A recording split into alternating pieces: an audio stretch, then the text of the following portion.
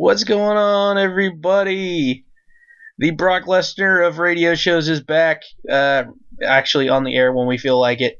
This is Guerrilla Blood Radio. Thank you for that tagline. Harry the Boobs is here with me and Scott.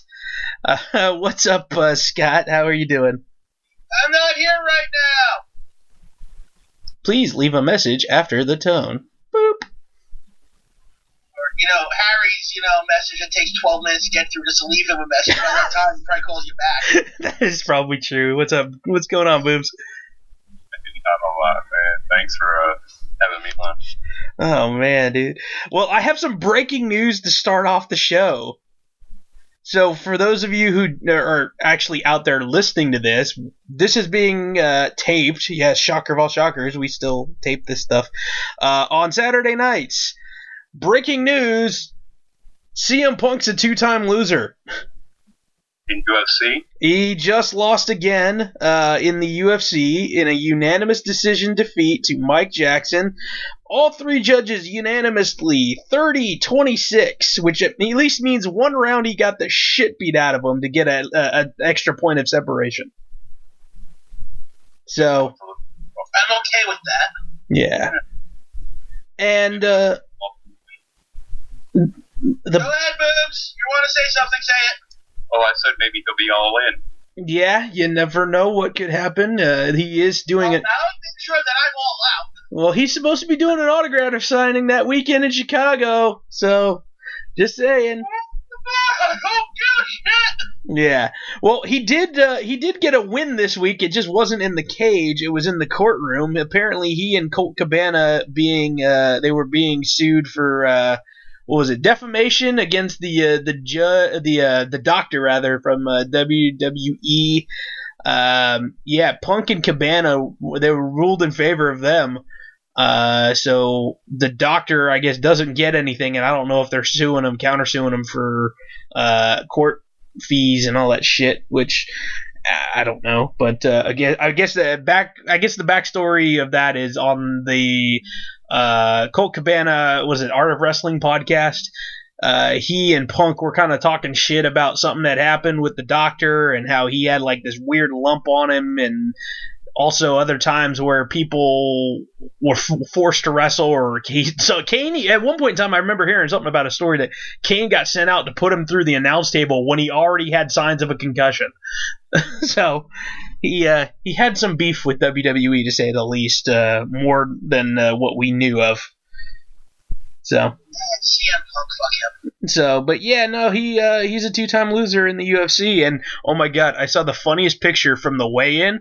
Dana White looked so pissed off at the stare down, and somebody turned it into a meme like, "God damn it, I hate your guts so much, but you're the only pay-per-view draw I have left right now. Fuck."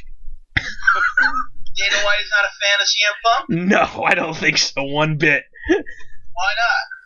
Because he's basically a glorified amateur. He's just, he could draw money. You're the fucktard that hired him, man. No, So, Whose fucking fault is that? I don't know. I thought that meme was fucking hilarious. So, but yeah, man. So CM Punk. Wait. Dana White doesn't even own UFC anymore, does he? I'm not sure. It's the dollars.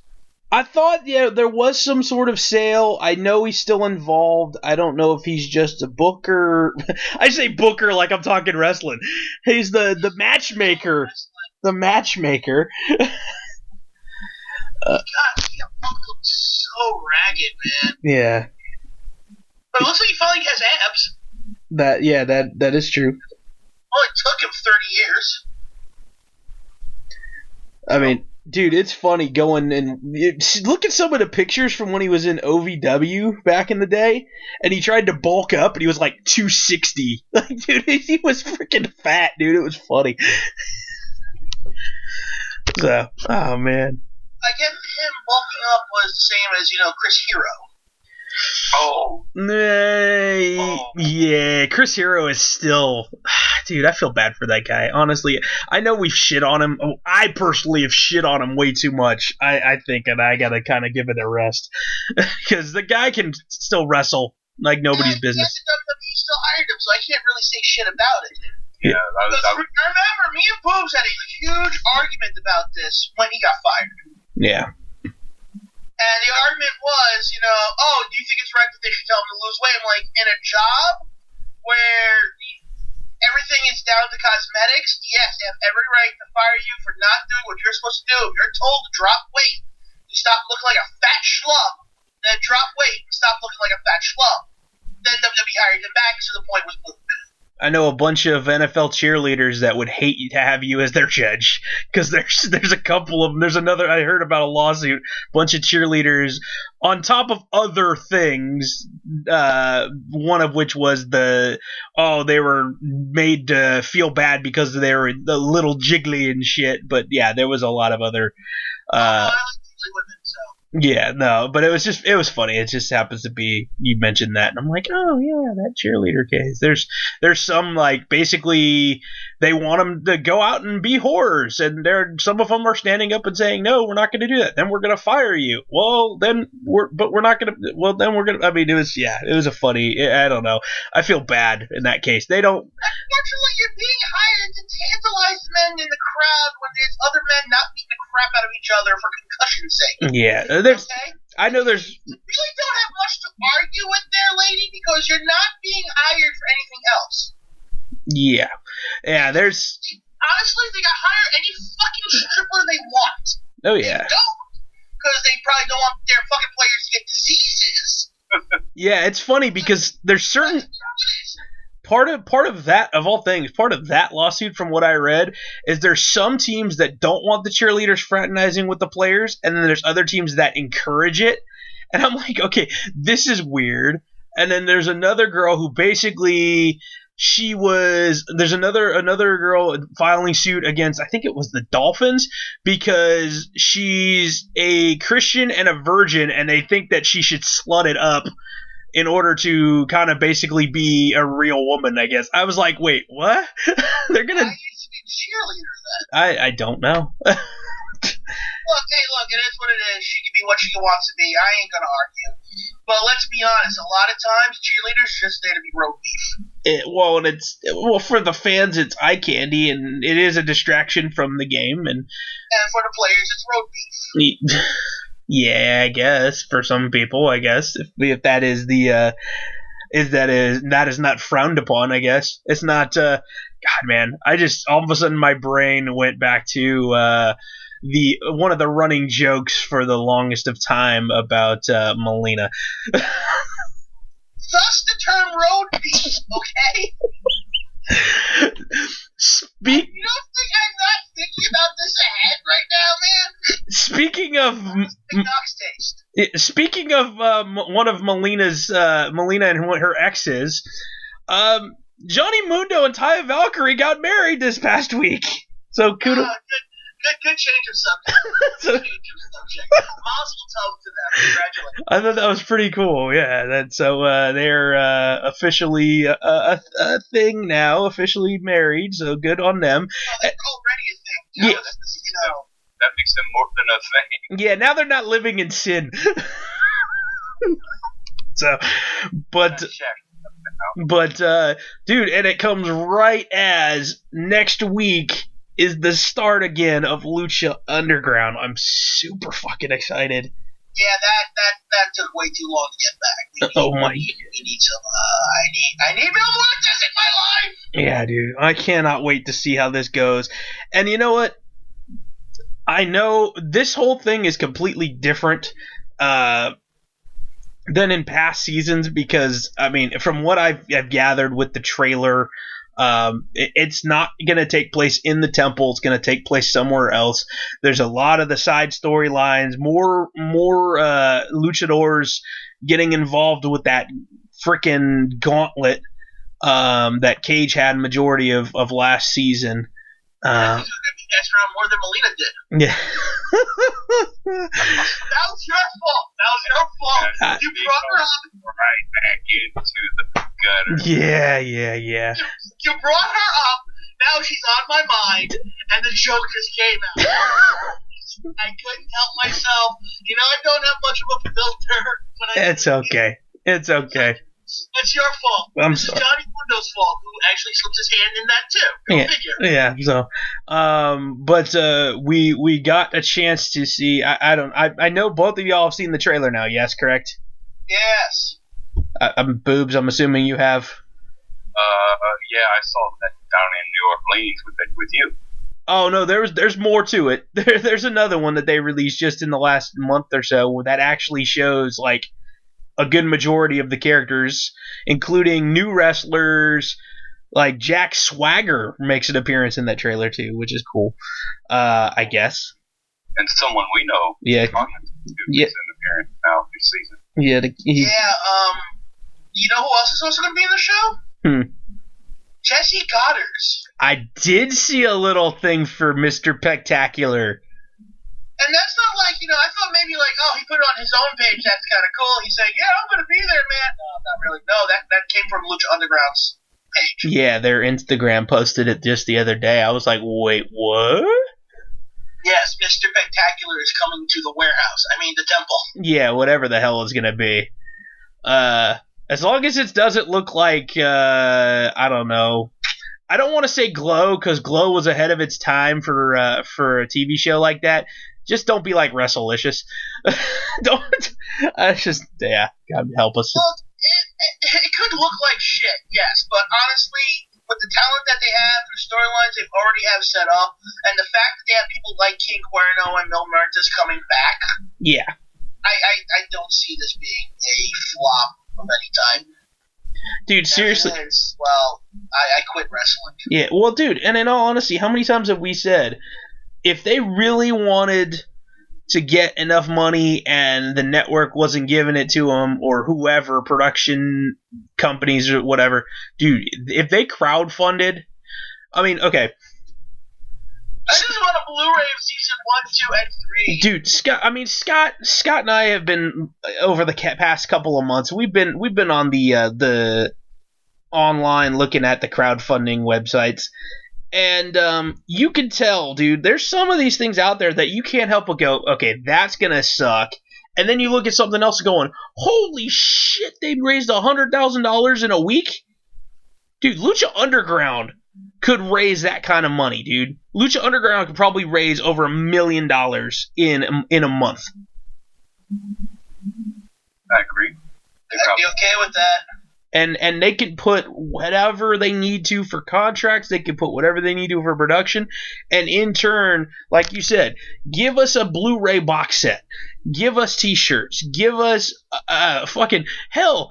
Have Dario Cueto do my outgoing message on my phone. I think that'd be fucking cool. That would cost a lot of money. I still think that'd be. Feel something for you. Yeah. Sort of thing. I'm sure you can also do some wrestler meet and greets with some of these people. Oh, dude. It's not too much farther. Or what they normally do when they do signings before shows. Dude, how? Don't meet and greet an hour before a fucking show at a local indie fed. How about this being one of the biggest? Like, say, I don't know, if you had to donate, I don't know, $10,000 or $50,000, like that's super lofty for most people. How about one of those packages be 2 seats front row to Triple Mania? How about if you donate $10,000, you get to be on the damn show as a side character or something, or you know what I mean? Yeah, dude. You get killed on Lucha Underground. You get to. Damn, Alfonso Cueto kills ya. That'd be fun. Victim of Matanza. Yeah, dude. That's $100 and you get 2 masks of your choice. Yeah, dude. They can totally pull that stuff off. I want to Mil Muertes and a King Cuerno mask because I will never get an El Hijo del Fantasma mask in my life. I just won't. Well, I have a Lucha mask. I have one too. It's falling apart, unfortunately, which pisses me off. I have Lucha Underground logo mask. No, I have El Santo. Oh, okay. Yeah, I have a Lucha Underground. Because El Santo and Blue Demon Jr. are just some of my favorite designs because of how sleek and clean they are. Because they're just like, to me, they're the epitome of Lucha Libre masks. When you think Lucha Libre, like if you look at the Lucha Underground mask, the base of the mask is essentially a El Santo / Blue Demon mask. Yeah. Man. It's that design. Yeah, absolutely, man. And it's, I mean, it's simplistic. Dude, I still love Drago's whole setup, man. Drago's fucking sick. It's great. It was a pain in the ass to draw that one time. But, dude, even... I understand the appeal to it, because some of those really intricate... Like I said, King Cuerno's mask. Simple. It's just a bunch of geometric fucking shapes and lines. Same thing as Mil Muertes, but there's something about them that are just really good. Yeah. I mean, even when you go into the luchadoras, I mean, you got Mariposa, her mask isn't so super intricate. She's a female mankind with that mask. Okay? Yeah. So. Not that I'm arguing. Works it. And then you got Cobra Moon's, which Cobra Moon's mask isn't very too over the top either. No, but we know Marty Moth is coming back. We know a lot of guys are coming back. That's a good thing. Yeah. Oh my God. I'm actually going to the website right now. I'm gonna look this shit up because I look at the website. Do not go to Wikipedia. Wikipedia ruins everything. Yeah. I was looking up the masks of the women just to say, hey, okay, cool. The mask for Drago for $50 if you want on Lucha Underground's website. I just googled it. It's called it's excuse me, I am sorry. Well, apparently my lungs are trying to escape through my mouth. It's on eBay and it is actually latex too. Interesting. So, like, you have that, then you can take care of that too. Lovely books. Lovely. Yeah. They have the blue one and they have the red one. And the red one has the tail going. Oh, they both have the tail going down the back. My only concerns would be buying a mask from, eBay in general. Just be buying a mask from fucking eBay. Yeah, you never know what you're gonna get. Like, the mask that Tomas got me for my birthday many, many, many moons ago, the El Santo mask, was it was imported from Mexico, from the restaurant he bought it at. What they would do is they would go to Mexico once or twice a year, buy a shitload of masks, and sell them at the store, because the store was called La Lucha. Well, their eBay rating is 99%. It's from Big Warriors, actually, which I've heard before. They do sell stuff, and it's imported from Mexico. Plus, you can buy a gift of the Gods Championship belt for $270. I like that belt too. Yeah. Let's see. I'm gonna look it up. All these. I'm trying to find which confirmation, because I don't want to have to watch the trailer again. So let's see. Just do Lucha Underground Season 4 cast. Well, I'm going through the pictures right here of who they've officially announced. They got Cobra Moon, Mr. Spectacular, Jesse Goddard, Jeremiah Crane's back, Taya's back, Mil Muertes. Sorry, just natural response to Sammy Callahan. That's all right. Mil Muertes, Matanza, Marty the Moth, Katrina, King Cuerno. I know. Yeah, as of right. So. I'm sorry. I'm excited. I know. Give me that one name I want to hear so bad. It starts with an E or an S. Excuse me. Oh, Eric Bischoff? No. Sexy Star. Oh yeah, I don't think she'll be back. I want Sexy back. Ask Justin Timberlake. I was gonna say, dude, there's a bad joke there. That was a bad joke. You're welcome. How come you see all these lucha masks, but you can't find a Mr. Wrestling mask? Mr. Wrestling, oh my God. Steve Corino bought them all. Probably. It's kind of like that Star Wars holiday special. They bought them all, so there's no more left, but they still float around somewhere. God bless the internet. Yes. So, Psychedelic, something. Okay, because one of the pictures that shows has Pentagon in it too, obviously. So he's we know Pentagon. Dart will be there. And Phoenix will be there. Mundo, obviously. Mm-hmm. And then we did get to see Cueto and a few other things. The basically the Lucha All Stars there with Aerostar and Drago and Cuerno and stuff like that. So I know that was interesting. It's like all of a sudden, King Cuerno is part of this little triumvirate of what's going on. Yeah, I wonder if we're gonna. Thankfully, they killed Kuala Lumpur. Whatever the hell. What was that fucking other lizard dude's name that wasn't Vibara? Vibora and God, jeez, I don't know.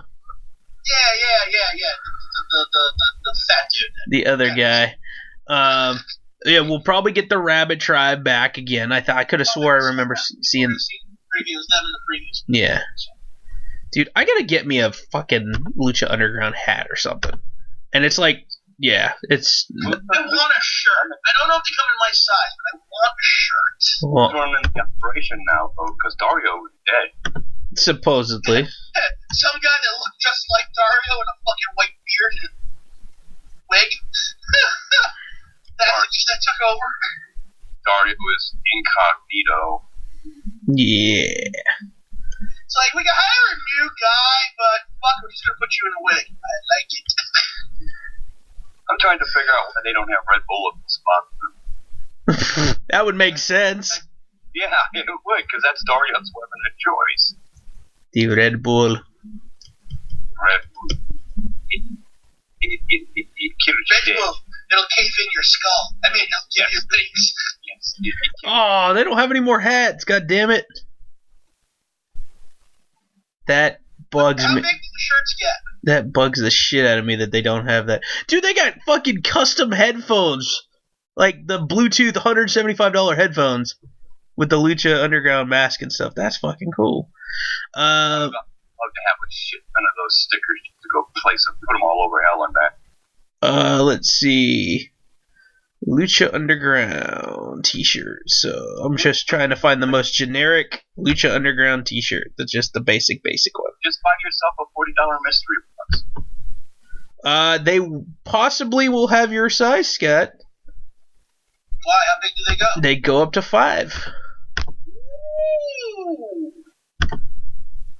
Ooh. At least on some of them. So. Let's see, they have an Ultimate Trace t-shirt. And you can get it up to, let's see what a 5. They do have 5XL. They have 5 in stock for an Ultimate Trace shirt, and they're $40. Yeah. Well, yeah, the shirts are everything's super expensive anyway. Like a regular old T-shirt is like $25 to $30. Hey, speaking of, that's still more reasonable, you know. Just like because you killed the cotton field yourself. Jeez. Why do you think I can't wear leather? I don't want it to, make cows go extinct. So, like since you said T-shirts, I am the proud owner now of a Top Guys T-shirt, official. Oh shit! You got yourself a fucking Revival T-shirt.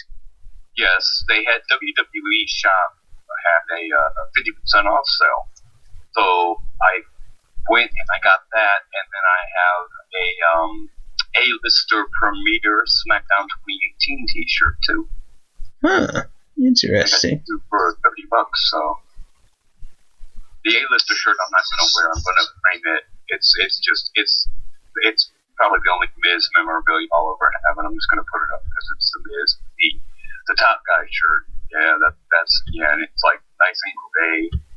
It's pretty sweet. It's a Revival Top Guys dash Dawson on the back. It says hashtag NFJF. No flips, just fists. Nice. I still love that tagline. There are other options on Pro Wrestling Tees for Lucha Underground stuff as well, sent by them. I know Pro Wrestling Tees does go up to my size. Yeah, they do, which is awesome too. I don't buy stuff on the internet, so that's the problem. Yeah, dude, they got some shirts on here, dude, that looks like stained glass windows, and they have one of Mil Muertes and one of Prince Puma, and they look pretty cool, man. Prince Puma should be on sale since he died. Exactly. And I got, when we went to Mania, we got a bunch of swag to give away, didn't give it away.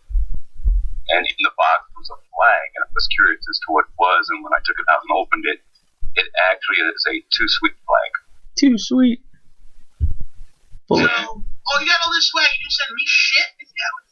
Well, I have have some stuff I can send your way. Hold on, let me get the box and I'll go through it and I'll tell you guys what swag I have. See, if I had pins, I would get the Lucha Underground mask if I was a pin collector.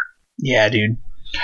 Dude, I don't understand how all of a sudden, like, pin collecting has gotten, like, crazy, especially in the wrestling world. All of a sudden, I'm seeing a lot of these sites pop up selling stuff. On Instagram, you see a whole bunch of dude, shit, you know? Yeah, I followed a whole shit ton of them because I was trying to win free crap around WrestleMania weekend.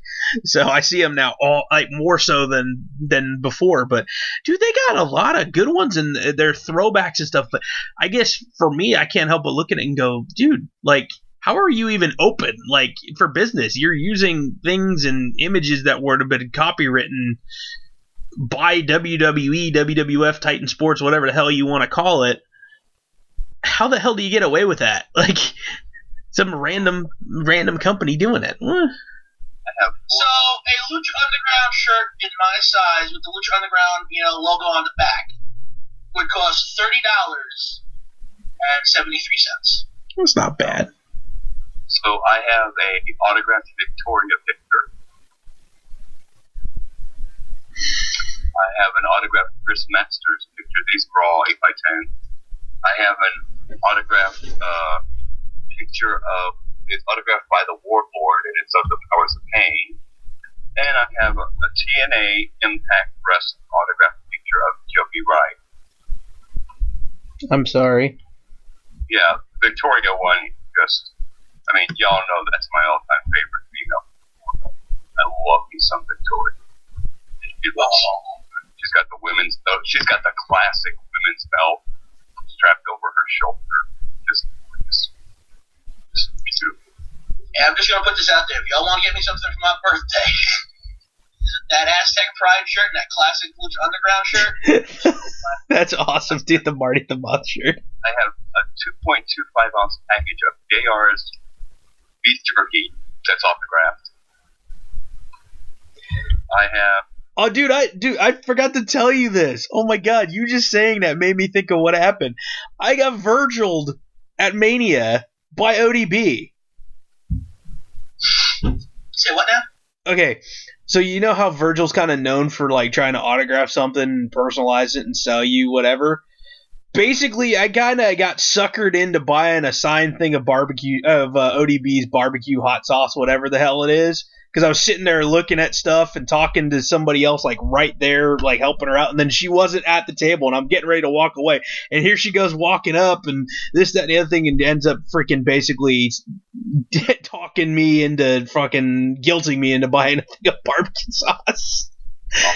I got fucking Virgiled by ODB. Did you get the motorboat? No, what the hell? Damn. Damn. Could you imagine being able to tell the world what you motorboated up? God, jeez. But so because of that, and I was traveling back to California, Aaron now has a bottle of ODB barbecue hot sauce, whatever it is, autographed by ODB. I'm sure he doesn't have a bottle of it anymore. It was lunch. Possibly, I don't know. He probably hopefully he at least saved the bottle that was signed as a souvenir or something. So yeah, I also have a DVD. It's a documentary about Johnny Gargano. Oh, wow. Yes, it's one of those, it's a Kenny Johnson documentary, so it's a decent one. I have a documentary with Mike Modest. Mike Modest? Really? That's a review. That's kind of cool. A Gold Fever from 2/18/17 from SoCal Pro. With Psychosis, Chulo, SoCal Crazy, and Mariachi Loco, the main event. Oh, Mariachi Loco. And I have something that's never been opened and never will be.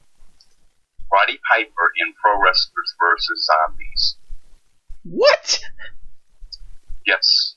Starring Roddy Piper, Hacksaw Jim Duggan, Matt Hardy, Kurt Angle, Creepy Sky, Shane Douglas, Matthew Rush, Taya Parker, Adrian Fisher as Sarah Schumann, Ashton Amherst, Facade, Andrew Clovis as Marcus, and Thomas Rodman. Yes. Interesting. I'd watch the fuck out of that. I know you would. As soon as I heard it, I'm sitting there thinking that's a Scott type of movie. I I know it exists too. We've talked about it on the forum before. God damn. I would love to. But I've never seen a copy of it. Well, I had two. We gave one away. But I have a copy of it in my life right now. I mean, it's unopened. It's never been opened, and I'm afraid to open it because it would just tear up the culture's value of it. Oh, wait, the 2D. There's no value to it. It's just a movie. At least no intrinsic value. There's sentimental value. I almost lost my mind. The cinematography by Joseph Russo. Yes. Okay, What look. is that? Oh, man. By Dead in 5, Reverend Sky, Joel Adams, Emily LaFarge, and Ken Hampton. Produced by the Principalities of Darkness Limited LLC. Manufactured and printed by Titsmakers, Pennsauken, New Jersey, USA. Copyright 2014. Wow. That's cool. Yeah, the trailer for it looked absolute like trash. It looked like it was going to be an absolutely horrible film. I have to see it today. And I have a hat. It says no chin music. Oh, God. Yes, no chin music hat. An official no chin music. It's with shipping, it's like just under $12 on Amazon right now from a third party seller. Blu-ray of it is just DVD. I think it's a Blu-ray. Yeah, it's a Blu-ray. If I would, maybe I'll throw it on my wish list later. We're gonna have a throwback Macho Madness bandana. Hey, that's cool. And there's several original pieces of poster work from Jeff. Like I have reposted the same thing from Jeff Hardy works of him. It's of Matt and Nackle and me.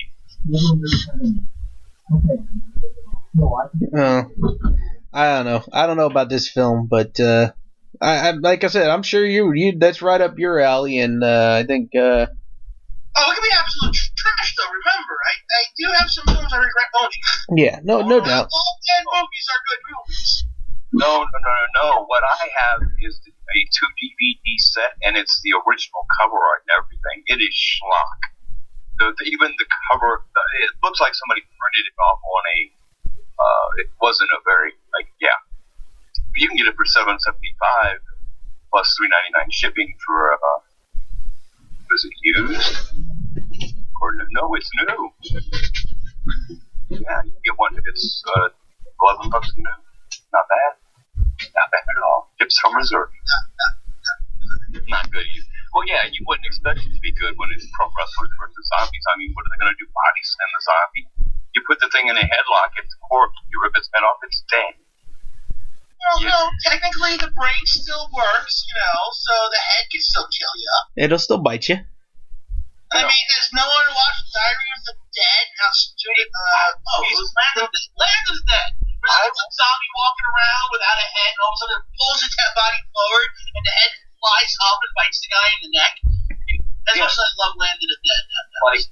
Like, I would have a problem being a zombie because I have no teeth. you would be like decaying faster than anybody else. Yeah, everybody's walking around. I ain't afraid of him. He ain't got no teeth. You could be a zombie. You'd be like my pet zombie. It'd be like Michonne dragging you around by the neck.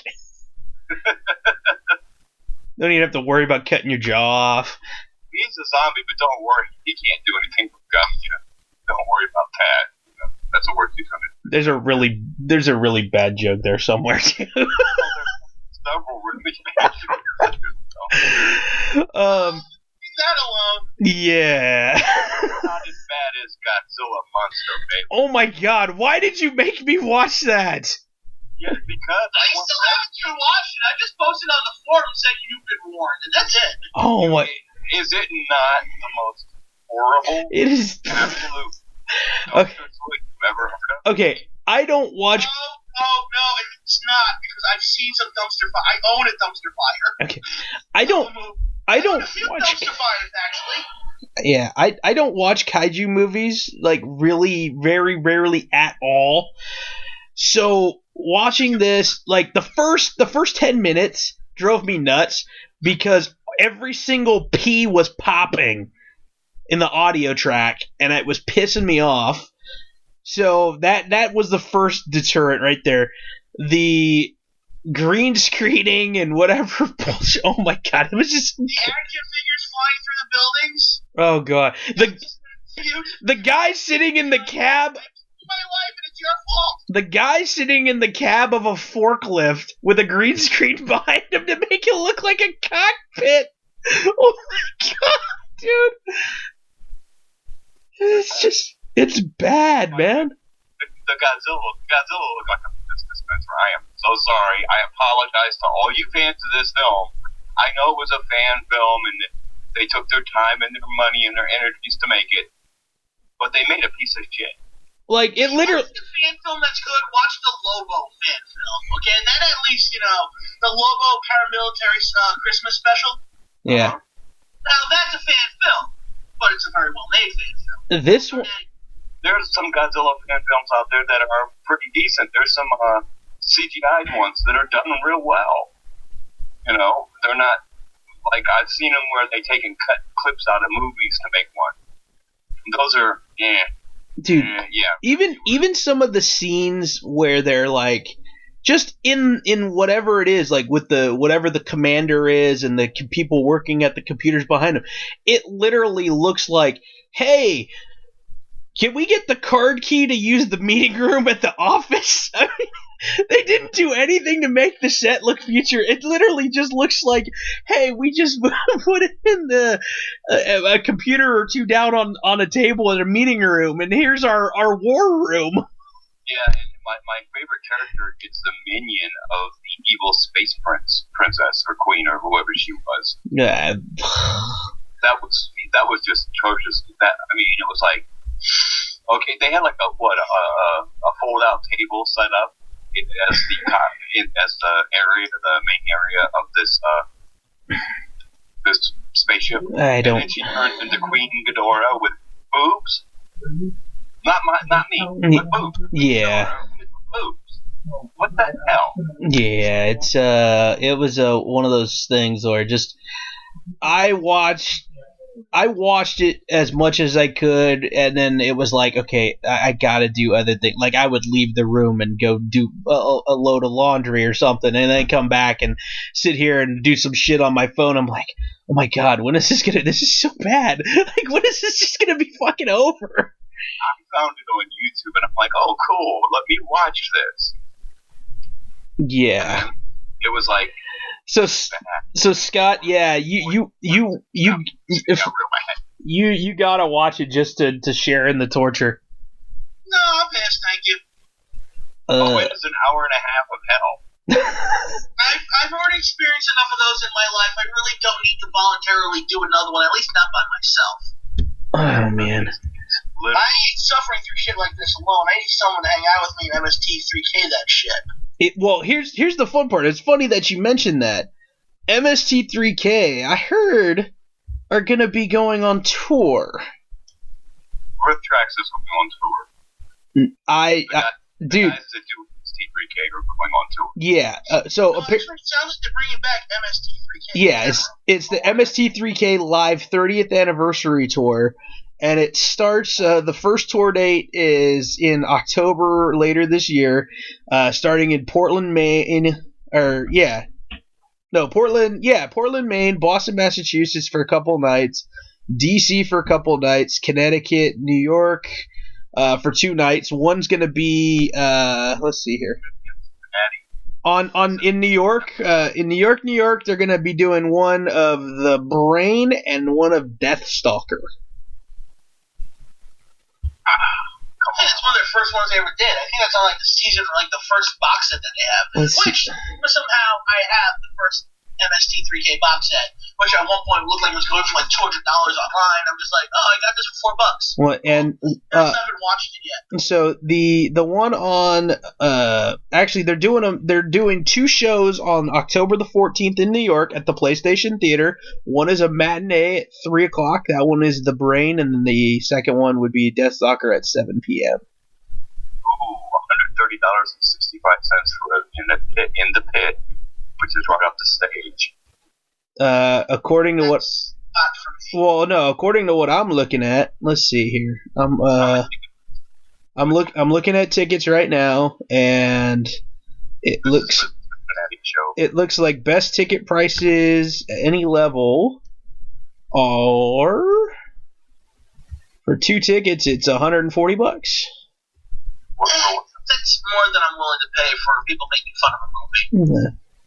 Yes, I can get them for $36.50 a piece here in the balcony. Yeah, if you want that. Yeah, I went for the best seats. So yeah, okay. But yeah, MST3K is going. Honestly, I spent $125 for my NXT ticket. You saw what that looked like. Oh my god, dude, that ticket looks sick. Sick. Yeah, Tomas wound up getting them in the mail, and dude, they're collectible looking tickets, man. They're really good looking. $50, $46.50 plus fees for one sitting on the floor in row double A, which is the back orchestra area on the floor. So it's toward the back of the building, not the back areas, but lower down. That's sweet. That ain't bad at all. $50 that's not too bad. But they're only going to be doing The Brain. I don't know. The movie just called The Brain, not like The Brain from Planet Aros or anything. No, The Brain. I think it's the one where the woman gets her body, her head gets removed from her body, and her husband goes psycho, and at the end, creature kills everybody. They set it on fire. No, that's the Brain that wouldn't die. Oh wow! There's a lot of Brain movies out there, you know. I mean, I own a copy of They Saved Hitler's Brain. You look it up. The Brain. It sounds like something that they would have made up for some stupid movie that Penny should have been in, a B horror movie on The Big Bang Theory. Replace her brain with the gorillas or some shit. Well, it could be a 1988 science fiction horror film from Canada, which means it's going to be really, really bad, since it's a Canadian film. It's a 1988 Canadian science fiction horror film depicting a giant brain-like alien to terrorize. The film has developed a small, but yeah, that's probably the movie they're doing.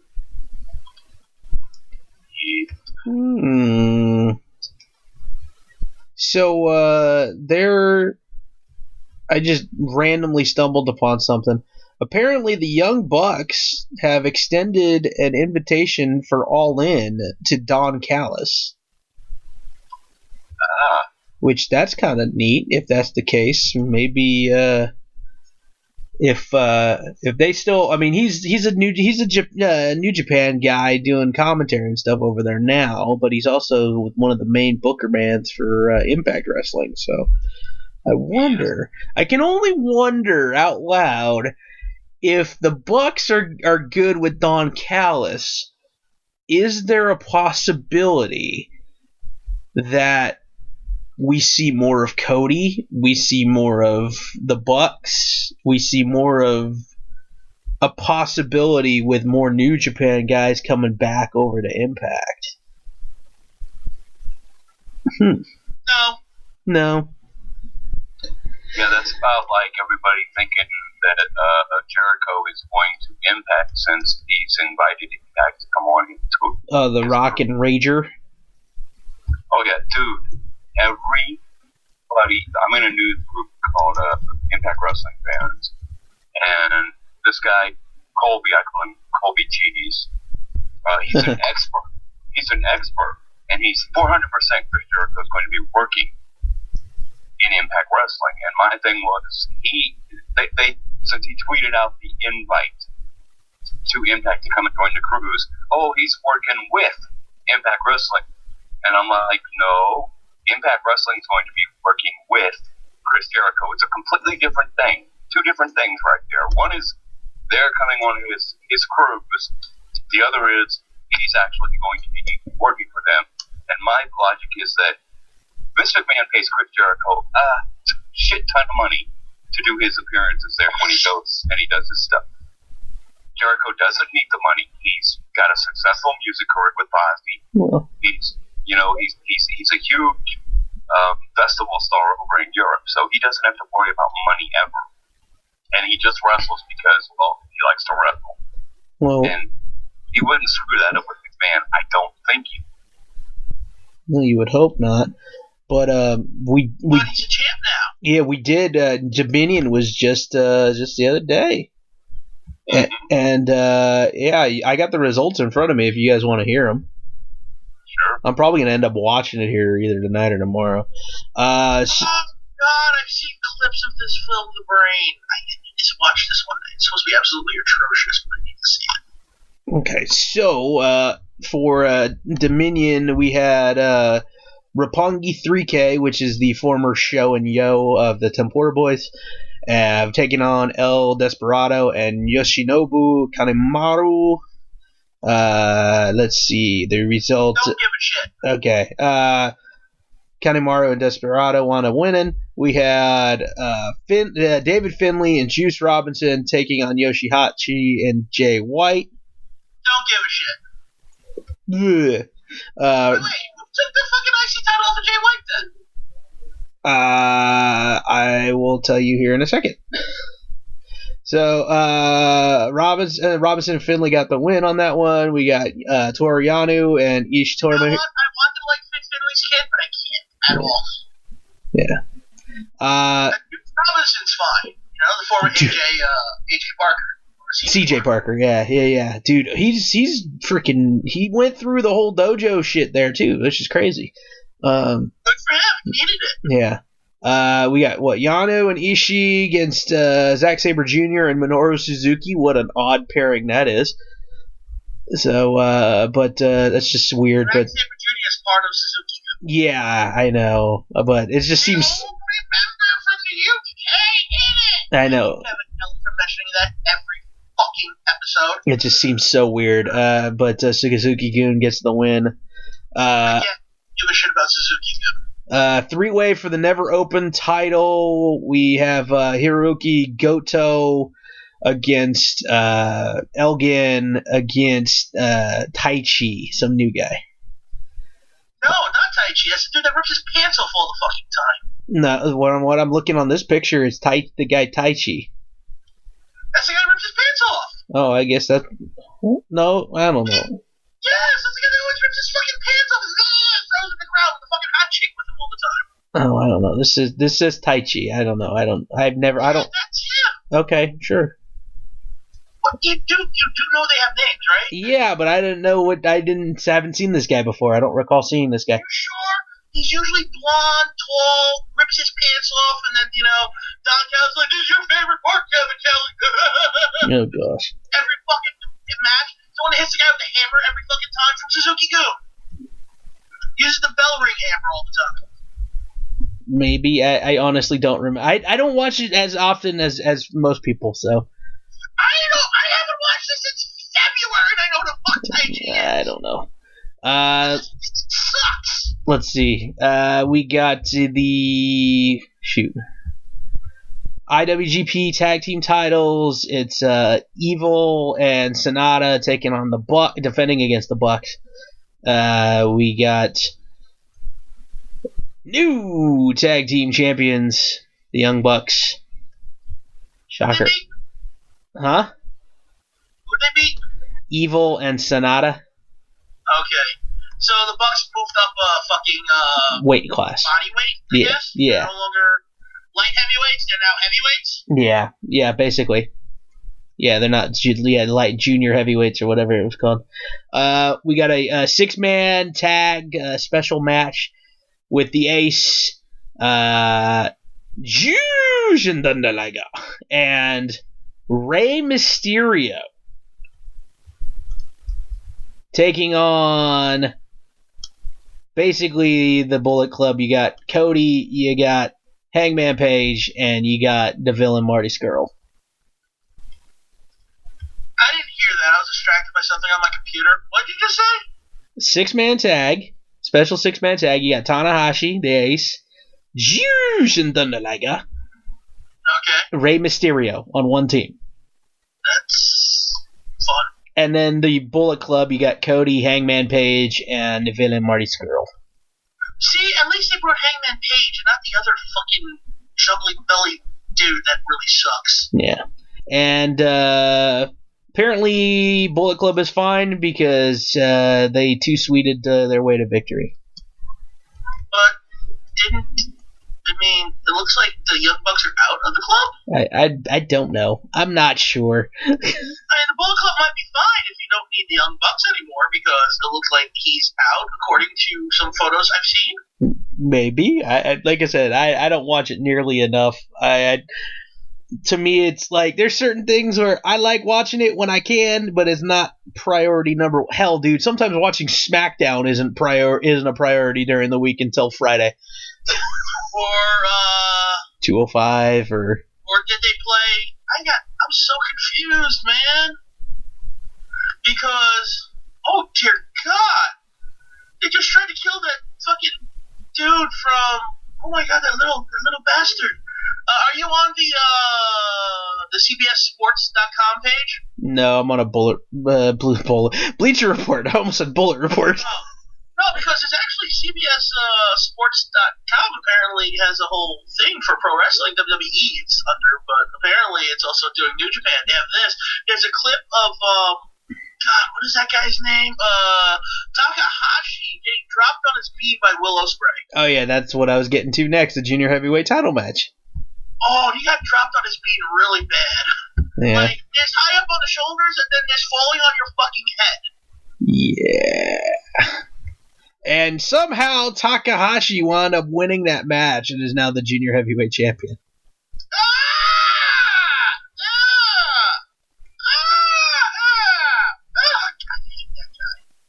Well, here's your answer to who beat Jay White. Intercontinental Championship match, Naito defending against Jericho. Oh, they finally put that match together because Jericho only attacked in fucking January. Yeah, so, and, hey, holy shit. Jericho defeats Naito to become the IWGP Intercontinental Champion. So does that mean he's 10-time IC champion? Like if he goes back to the E, will they say he's a 10-time champ? I don't know, but I think that bodes well for me here in the Bay Area next month when they come to the Cow Palace that I'm going to get to see Jericho wrestle. Fuck you. So I'm excited for that. And then we had the 2 out of 3 falls match for the IWGP Heavyweight title. Kenny Omega challenging Kazuchika Okada, like match number 77. I don't know how many it's been. They've had a lot of matches. I'm sure this will get 7 stars. I wouldn't doubt that. Let me see. When was the first fall had? Blah, blah, blah, blah, blah. Oh, I like how they got the first fall done. So, fuck, man. 25 minutes in, they got the first fall. Of course they did. Why wouldn't they? Why wouldn't they, right? Yeah. Goddamn. That's funny. Oh, fuck, man. It was a counter fucking sunset flip and reversed into a pin. That's a good fucking steal of a finish. I'm watching it right now. He goes for the Rainmaker. What's his name? Omega goes and kind of goes under and goes for a sunset flip, and then instead he kind of sits on top of him like a gin and tonic. Nice. Damn. Okay, so there's that. That was the second fall was only 5 minutes later. Thank God. Yeah. Let's see that. Was the One Wing Angel. Yeah, simple one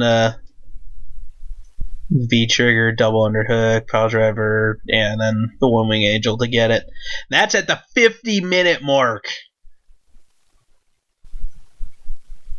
God damn. And then... Are you kidding me? Omega won with a fucking Styles Clash? No, he used it though. Okay. Shoot. Kenny Omega finally fucking gets the win. Holy hell. It should have only happened months ago. Yeah, V-trigger, One Winged Angel, and really Omega. Shitty One Winged Angel, too. It's like, I got you. We just... Yeah. Freaking... Sorry. Mr. Lariato on Twitter has a whole bunch of GIFs, and CBSSports.com, the one that I'm looking at, has them up here. So I was like, fuck it, let me look at them, and that looks horrible.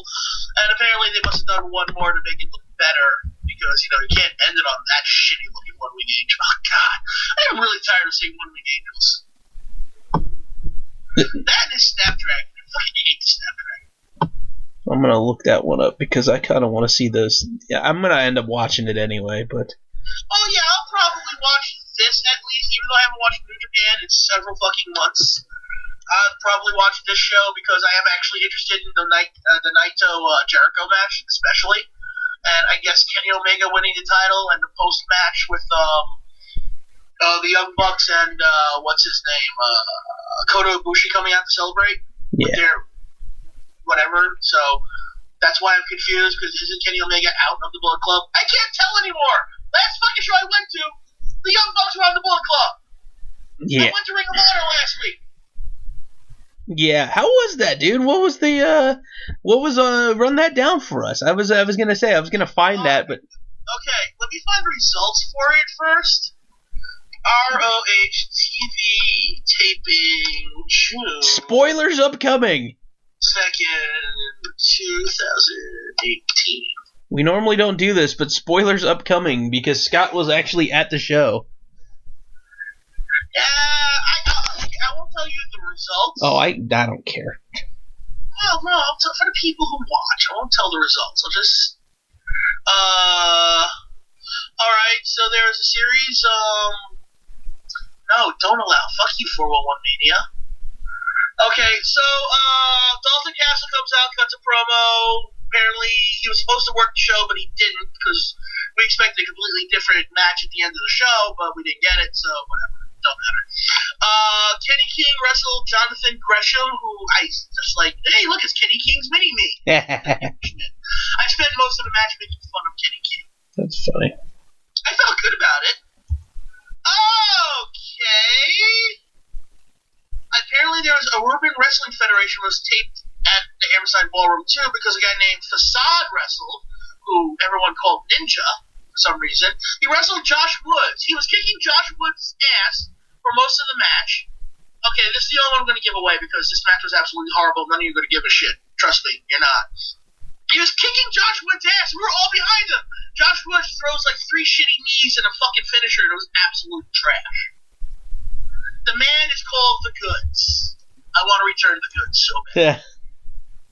There's a winner Women of Honor match, tag team match. Sumi Sakai and Stella Bray wrestled Gabby Ortiz and Riley Shepard. They were pretty. Nice. Still can't believe Sumi Sakai is the first fucking champ, though. It's overdue. First of all, Women of Honor was long overdue, let's be honest, but really, Sumi Sakai? Granted, she's been around for a long time. I used to watch her back in 03, man. Yeah. She's a great wrestler. I've never denied that. I just, like, her time's come and gone, kind of. Personally. But fuck it. They gave it to her, and I enjoyed the match, so I can't say nothing. Then there's another Women of Honor match, I think. Kelly Klein versus Jenny Rose. I don't remember that match at all. Go figure. Guess it shows what it was, right? Yeah. And I know I didn't miss anything because I didn't get out of my seat and take a crap. Barely went to the bathroom at all. I really had to go when we left. That was bad. It was a bad idea. It was a long show. It was like 4 hours, man. Good lord. Then there was a gauntlet match, which actually almost stole the show. Actually, it might have stolen the show. It was a 5-team, 3-man title gauntlet match to see the number 1 contenders. And the last 2 teams in the match was Kenny King, Chucky T, and Eli Issa, who I had no idea who the fuck he was. No idea. He looked like a pale Kofi Kingston. And, oh god, I don't remember the other team now. Shit. Yeah, I'm sorry. It's alright. They didn't give me any of the other teams in here either. You know, it gives literally no other teams in here whatsoever. That's, oh well. Whatever. You'll have to watch that match though. If you watch the episodes, you will not regret that. That was like a good half-hour long to 40-minute long match. I still kept telling Red Titus he owes me money because he owes me money. Hepatitis. So yeah, we were also feeling very down because Red Titus and it was SoCal Uncensored. Oh, nice with the Kazarian and Daniels. Daniels and Scorpio Sky, who looks really weird without the mask. I'm not used to it. I watched him for many years at PWG. I'm used to the mask, Yeah. So yeah. After that, Cheeseburger, signed a death wish by wrestling Bully Ray in a fucking no DQ match. There's a surprise run-in during it. Why? Watch and find out. God damn it.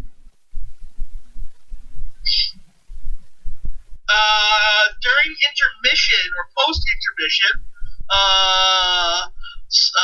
what's it? The son of Alpha, Manu showed up. Oh, that dude? Yeah, he got chunky. Manu? He's working on his Umaga body size. Oh, God. Just doesn't have the height or intensity or wrestling skill to go with it. Yeah. Well, at least he isn't on Rakichi big. No, that's true. I mean, it wasn't bad, but it was pointless. It was just like, hey, there's a Manu. Why? Okay, then we get to the second half of the show, which was a kind of like the main event matches of the episode. Matt Taven wrestled a person I never thought I wanted to see on my wrestling bucket list until I actually watched him. Ultimo Guerrero. That's a name I haven't thought of in a while. Well, I mean, he's done some Ring of Honor stuff in the past. I mean, I think he was even at Final Battle or something like that. Not too long ago, he's been doing Ring of Honor stuff. And they want to bring in some CMLL guys, so him and T-Tan came in. But, yeah, I was sitting there like, I never thought I actually wanted to see Ultimo Guerrero. And yet here I am watching him, and I'm having a good fucking time. Good. It was the third best match of the night. The ending was goofy, but in a television type of goofy way. You kind of expect that to be a TV title, like a TV ending match. Mm-hmm. So I enjoyed it. I even sat there laughing at the idea of it. I really had fun watching that match. I never thought I'd sit there going like, yeah, one of my matches of the year is Matt Damon versus Ultimo Guerrero. Go figure, man. The shit that happens when you don't expect it, right? Well, and Matt Taven was in the match. That's the point. Taven's gotten so good over the last 2 years. Yeah. And his version of the Kingdom is much better than the original version, let's be honest. Now, okay, I have a question for you, because my buddy Brian Baez, who I do Road Talk with here tomorrow night, he's kind of upset at me, because I say that since the Kingdom took the six-man tag team titles in New Orleans, whether they won them or not, they scaled the ladder, they took the titles. So that means they're the six-man champions. Now I know they currently are. Yes, but weren't they before though? Because it was a ladder match. Although they weren't in it, they did scale the ladder and take the belt. That makes them the champs. Well, I guess storyline-wise, they kept it going because they had that tournament going into it, and why is Shane Taylor employed? It's like they merged the top half of Bobby Lashley with the bottom half of Mark Henry, and Mark Henry stopped working out. Oh, I thought you were going to say Pat Jax. That's actually a better reference, yes. He's horrible. He's horrible. I can't stand him. It's like, that's why they call me One Punch Shane. Like, no, they call you One More Donut Shane. He doesn't look natural, does he? How the fuck do you have, like, this... Dude, you have the figure of an overweight woman. Oh. Look, this is coming from a fat guy, okay? Most fat guys don't have your weight like that below the waist. Alright? It just doesn't happen like that. That's not how we are proportionally built. Our weight is carried in our stomach area. That is what we have. You know, yes, we do get a larger rear end and legs and thighs, of course, because fat has to go somewhere. My arms from the elbow to the shoulder don't jiggle for no reason. Okay? But still, I saw you a year and a half ago, dude, and your ass got bigger. Well, you know. There's something wrong there! Somebody's got to keep the stink face alive. Dear God! Even then, Rikishi had a normal fat person body, though, because all of his stomach and went to his waist. That's how it's supposed to happen. What happens when you don't do fucking cardio? You just work on your arms, man. Holy shit! I love this Rikishi. I am still a huge fan of his, and if he came back to do a one-off, I'd probably cheer like a motherfucker. I'm just saying. Hey, the only man who made it into the Hall of Fame thanks to his ass. Exactly. Come on, that's an. On the other hand, never mind. Seriously though, like Shane Taylor just like, you know, your ass is so fat, your name has to go from your armpit to your thigh. That's how bad it is. Oh. Hey. I'm sorry, I can't help myself. The dude, I hate the fucking dude. I don't think he wrestles very well. I remember when he was in a team with fucking Caprice Coleman. Don't talk bad about Caprice now.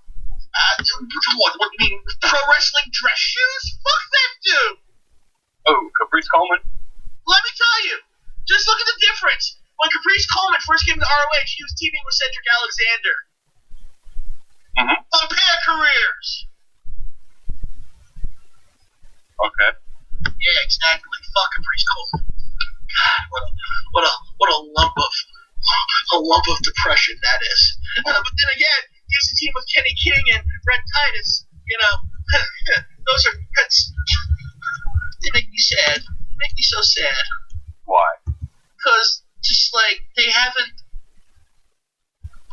just nothing's come of them, and their careers should have been better, but just nothing's come. Oh my God, Bret Hart promoting America Online on a floppy diskette. Yeah, feel old yet?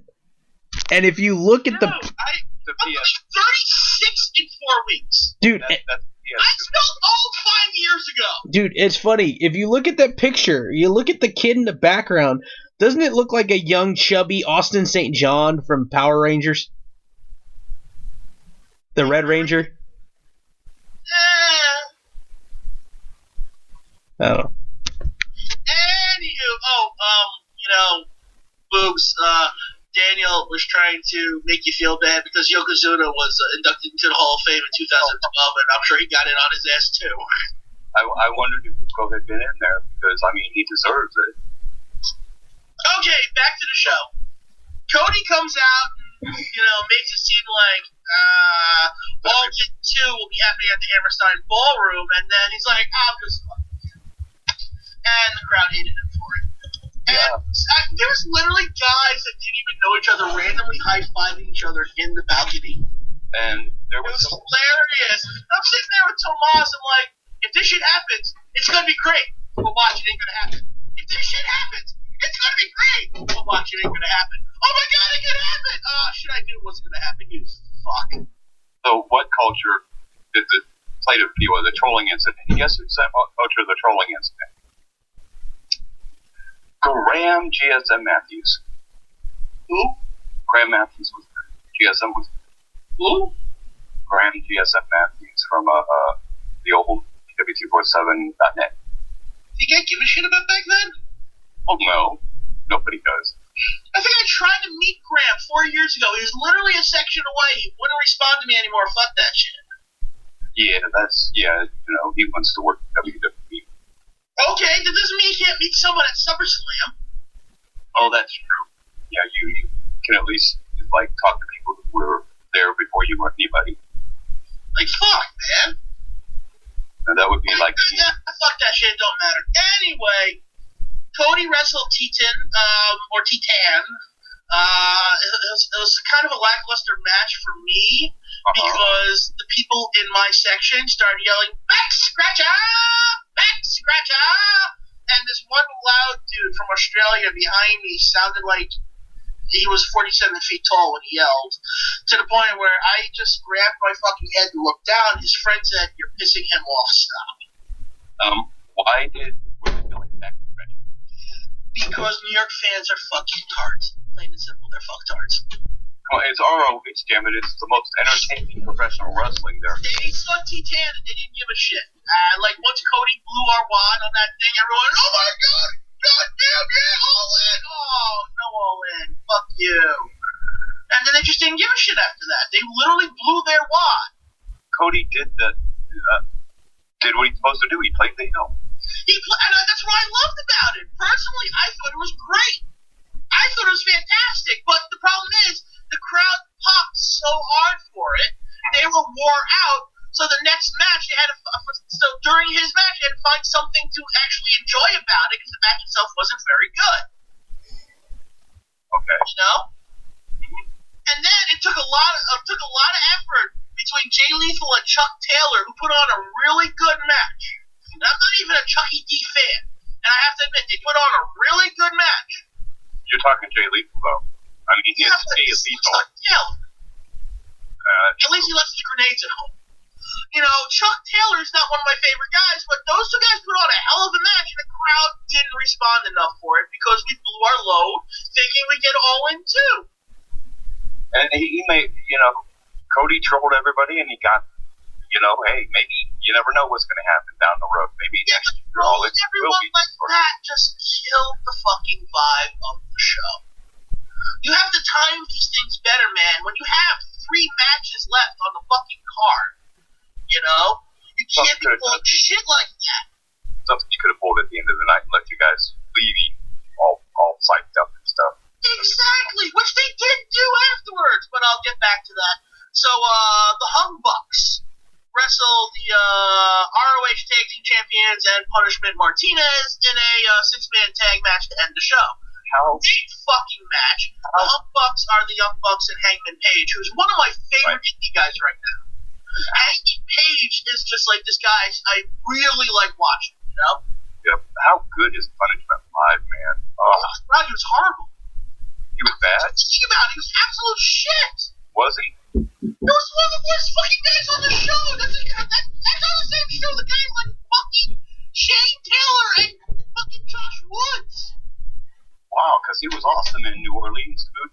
Well, then you happen to watch the one good match he's ever done, because the little shit that I've seen of him is absolute shit. It's Baron Corbin of the Tan and without talent. That's all he is. Oh my god, he was complete and utter trash. Okay. He brought down the fucking match. He couldn't get shit. Now, I'm going to be honest, New Orleans for me was the Kingdom, dude. Matt Taven and Kingdom made my night when they came out and took those belts. I was losing my mind. I was like, yes. Because before the show even started, they were out in the parking lot of the arena, University of New Orleans arena there. They were out in the parking lot. They pulled up in a minivan, and they were selling swag out the back. But Taven was up there on the top screaming about how ROH was prejudiced toward the Kingdom and stuff. Well, he was still cutting those promos, pretty much saying, I'm the uncrowned champion and all that shit. Oh, yeah, dude, I love Matt Taven. And, like, in ROH, Jay Lethal is the king of ROH. Yeah, but he should have left. That's another one that I'm disappointed. I went back and just didn't, go somewhere else and try something different. I mean, even if he just went to fucking Japan, it'll be different. He's like the Ric Flair of ROH. Yeah, but it's ROH, man. Dude, ROH is the second promotion in the country. Yes, it's the second promotion. Yes, yeah, but being the second promotion in the country where your first promotion is WWE and everything else is indie stuff. Well, wait. That's not saying much. WWE is sports entertainment, whereas ROH is WWE is still fucking pro wrestling, and don't give me this ROH is not sports entertainment shit. Watch the ending to Ultimo Guerrero, Matt Taven. Tell me that ain't sports entertainment. I didn't say that. I said it's pro wrestling. It's entertaining. Dude, they're both the same fucking thing. And anyone that says otherwise at this point is fucking stupid. I don't know what to tell anyone anymore, but pro wrestling is at a point where it New Japan Pro Wrestling. And the matches that have no storylines have no fucking characterization to some guy in a fucking title like, I'm going to suplex you, because that's what I do. Those matches suck. The ones that don't suck are the ones that have Jericho in it. The one that have Kenny Omega in it. The one that has a fucking storyline for some goddamn reason. You know? Those are the ones that make sense and that are entertaining. Okay. Well, everyone likes to sit there and suck the New Japan Pro Wrestling dick, okay? I know. They love to deep throat and be like, oh god, it's pro wrestling as it should be. Boring? I know. Okay, you enjoy your boring dick. I will suck on the WWE dick of entertainment because I at least enjoy that. Storyline might suck, but in the end, the stories told in the ring are better than two guys throwing suplex. There's a reason why Toru Yano, whatever the fuck his name is, the fucking, Star-Lord of Japanese pro wrestling, okay? He's Chris Pratt if he was a Japanese pro wrestler. He's entertaining because he's got a gimmick that's fun to watch. Sorry, Daniel. Dude, Toru Yano is fucking hilarious. Other guys don't have shit going on. 99% of the Bullet Club could be shot out of space and no one would fucking miss them.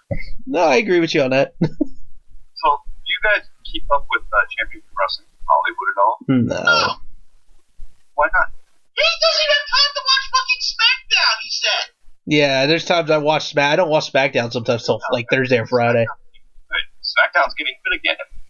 I just don't always watch things live anymore. 95% of the last episode. Pardon? I skipped 95% of the last episode. I don't know what you're talking about. Good again. See, with summer coming up, it'll be easier for me to catch things on normal days, but yeah, right now it's tough.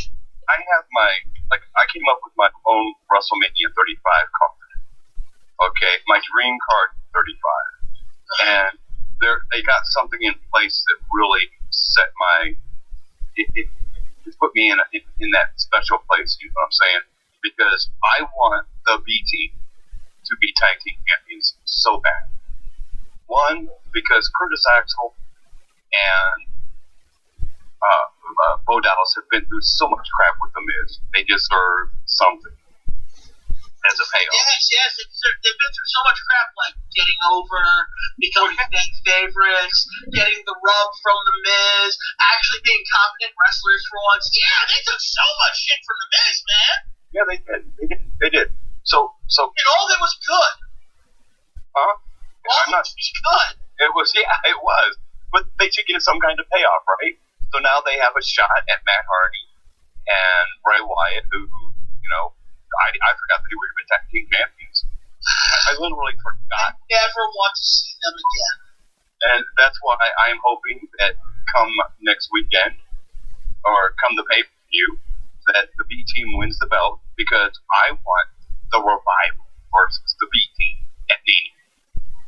I want Rude versus Fallon for the IC belt at Mania.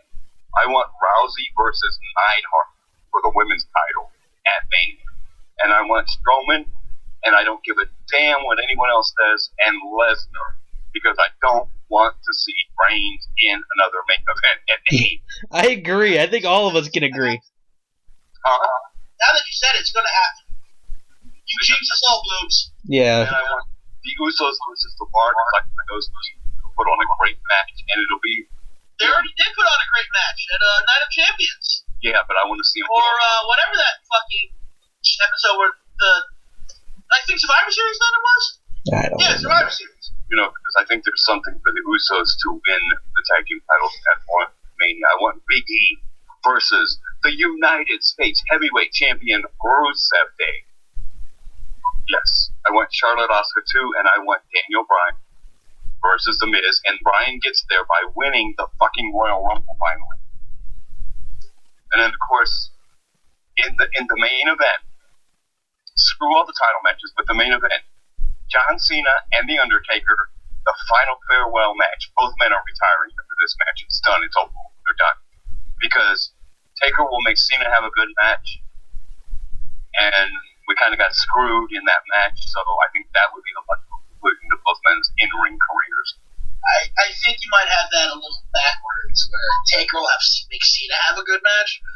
Cena will have to be able to get. Tell me a bad match Cena's had in the last few years. Since he's had the. And I don't recall that other than his match with The Undertaker.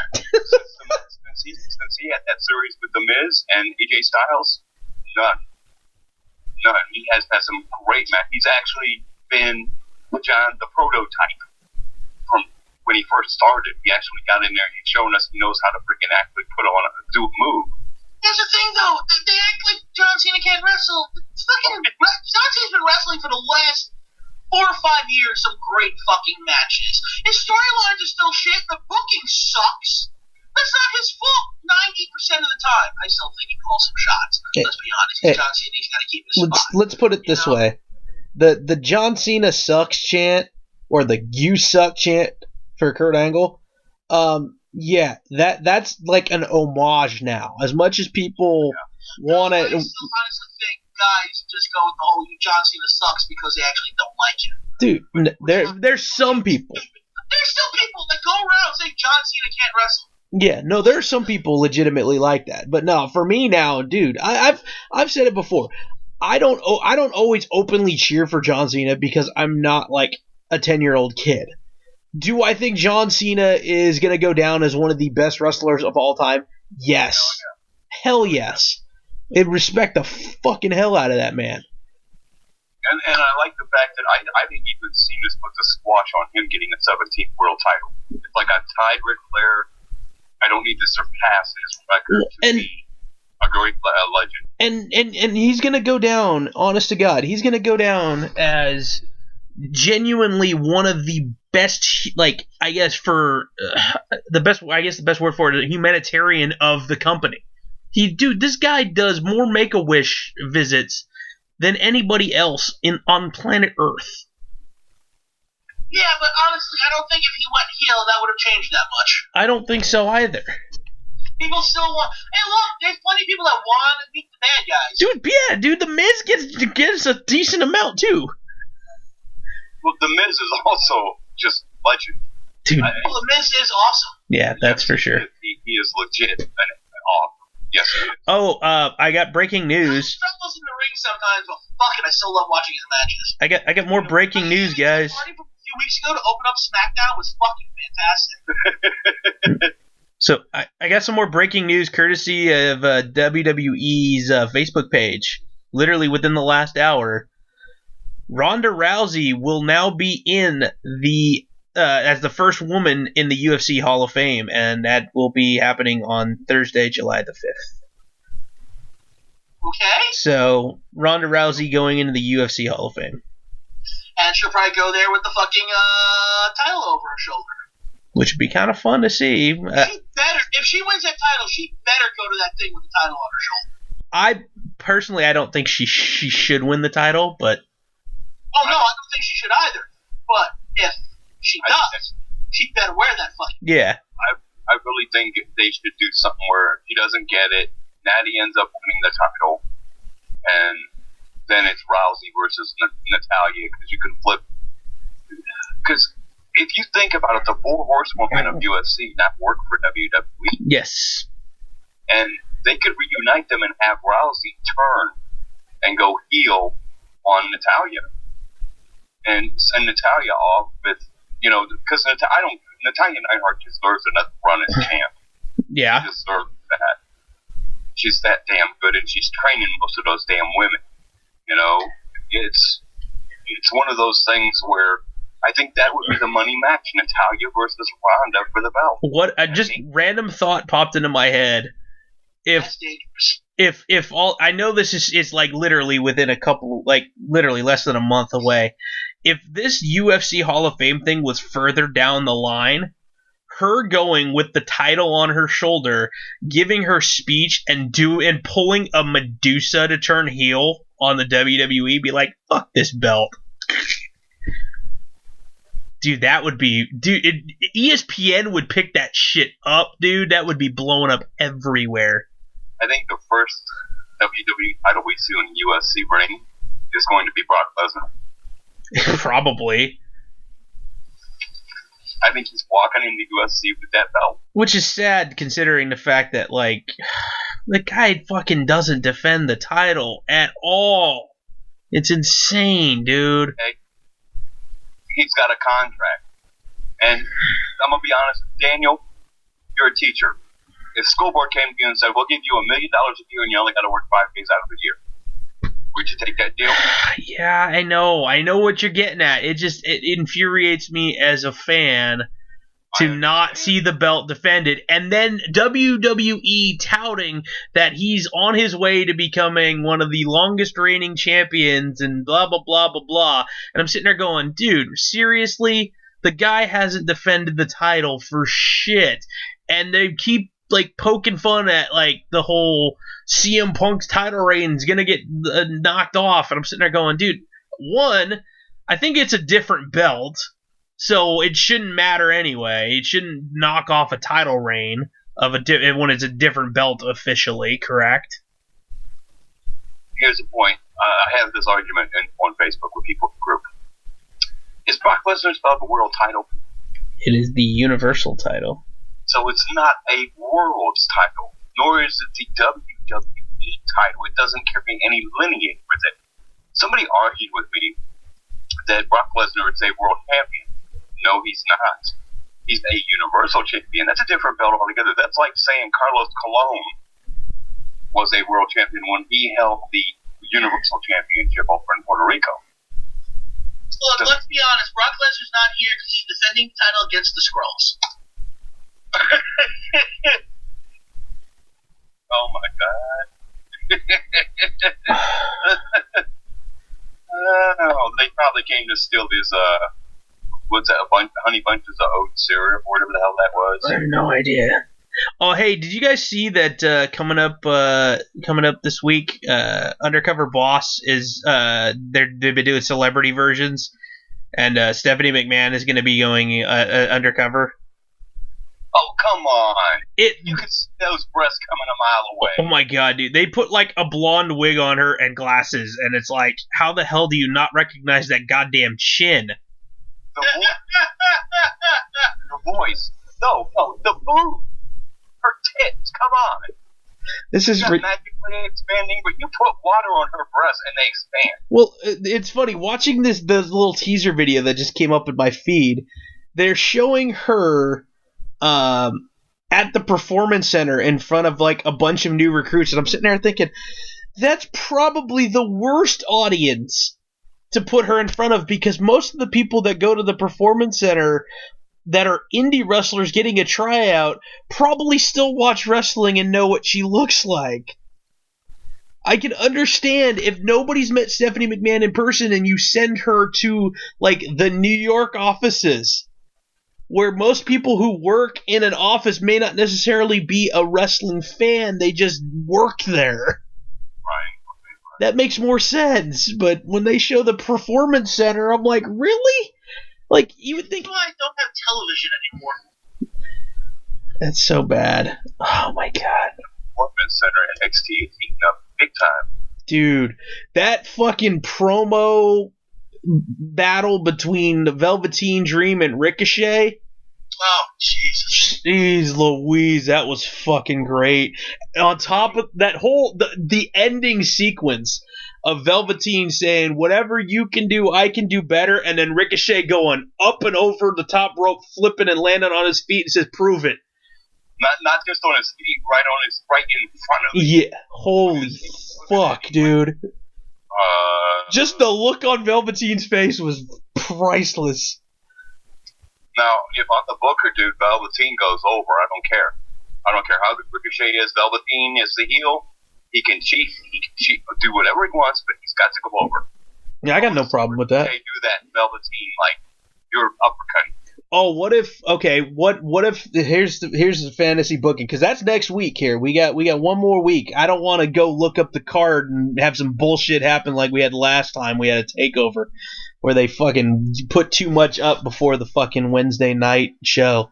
But here's a scenario for you. If you're thinking he's gonna have to cheat to win or something like that, what about you get a turnbuckle gets ripped off, a turnbuckle pad gets ripped off, and in the process of going up for his crazy ass move, you get some sort of shove off, and he falls directly chest first onto the metal thing.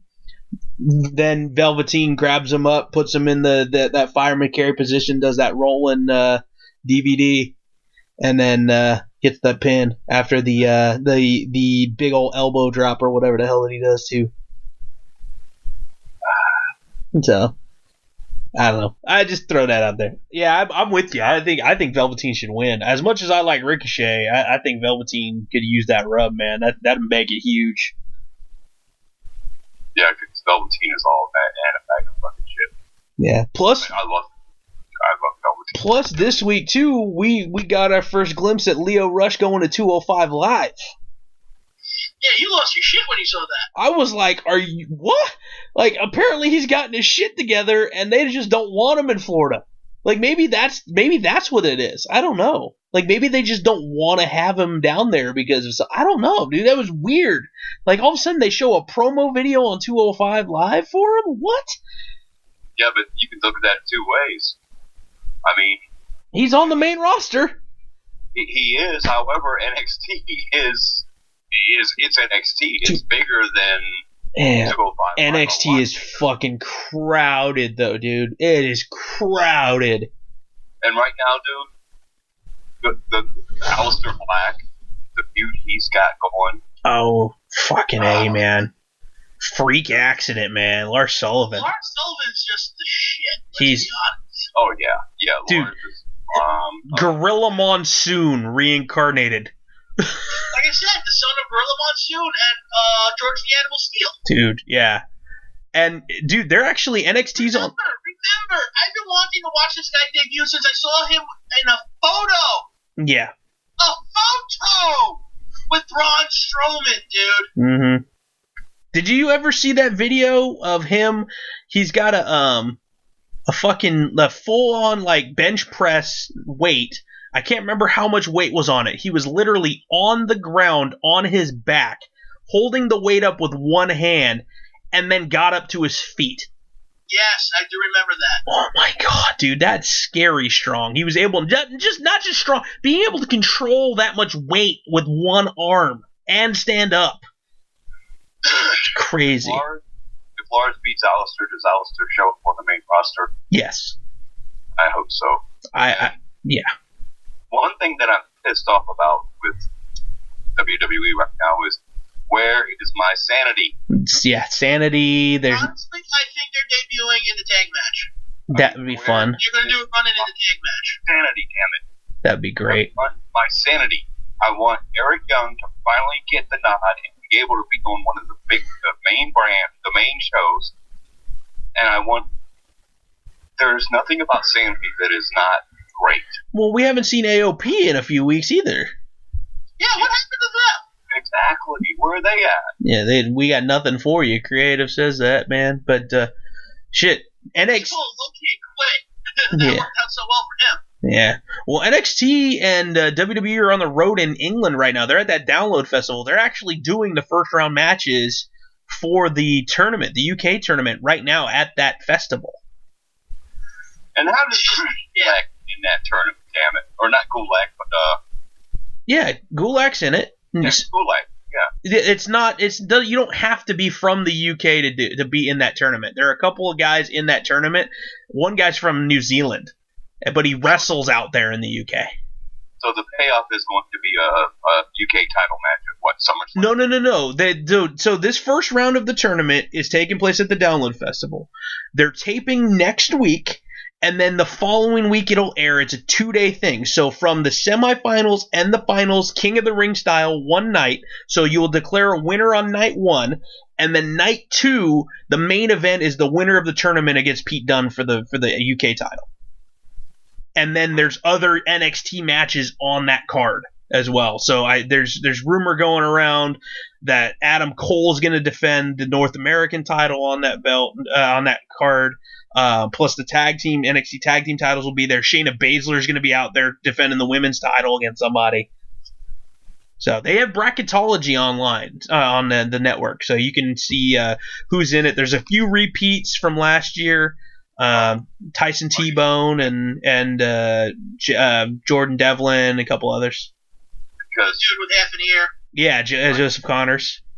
I am all the way voting. I am rooting for Nikki Cross. I'm sorry. I just Nikki Cross all the way. I want her to win the belt. I mean, I feel bad that she didn't get moved up officially with Sanity, so. But because it needs someone to actually fight Baszler. Yeah, she's in the Bayley spot, man. That's really what it is. When the other 4 horsewomen went up, Bayley stayed behind because you needed somebody to work with Asuka and Nia Jax. Yeah, but Baszler can drop that title and move her up and then reform the 4 horsewomen. I don't think they're going to do that anytime soon. I still think they got to work with Baszler. You know what the crappy thing is they have a way to actually have like the 4 horsewomen of UFC versus Sasha and Charlotte and Bayley and Becky. Oh, eventually they'll get to that point. I don't think it's going to be as soon as like November for Survivor Series.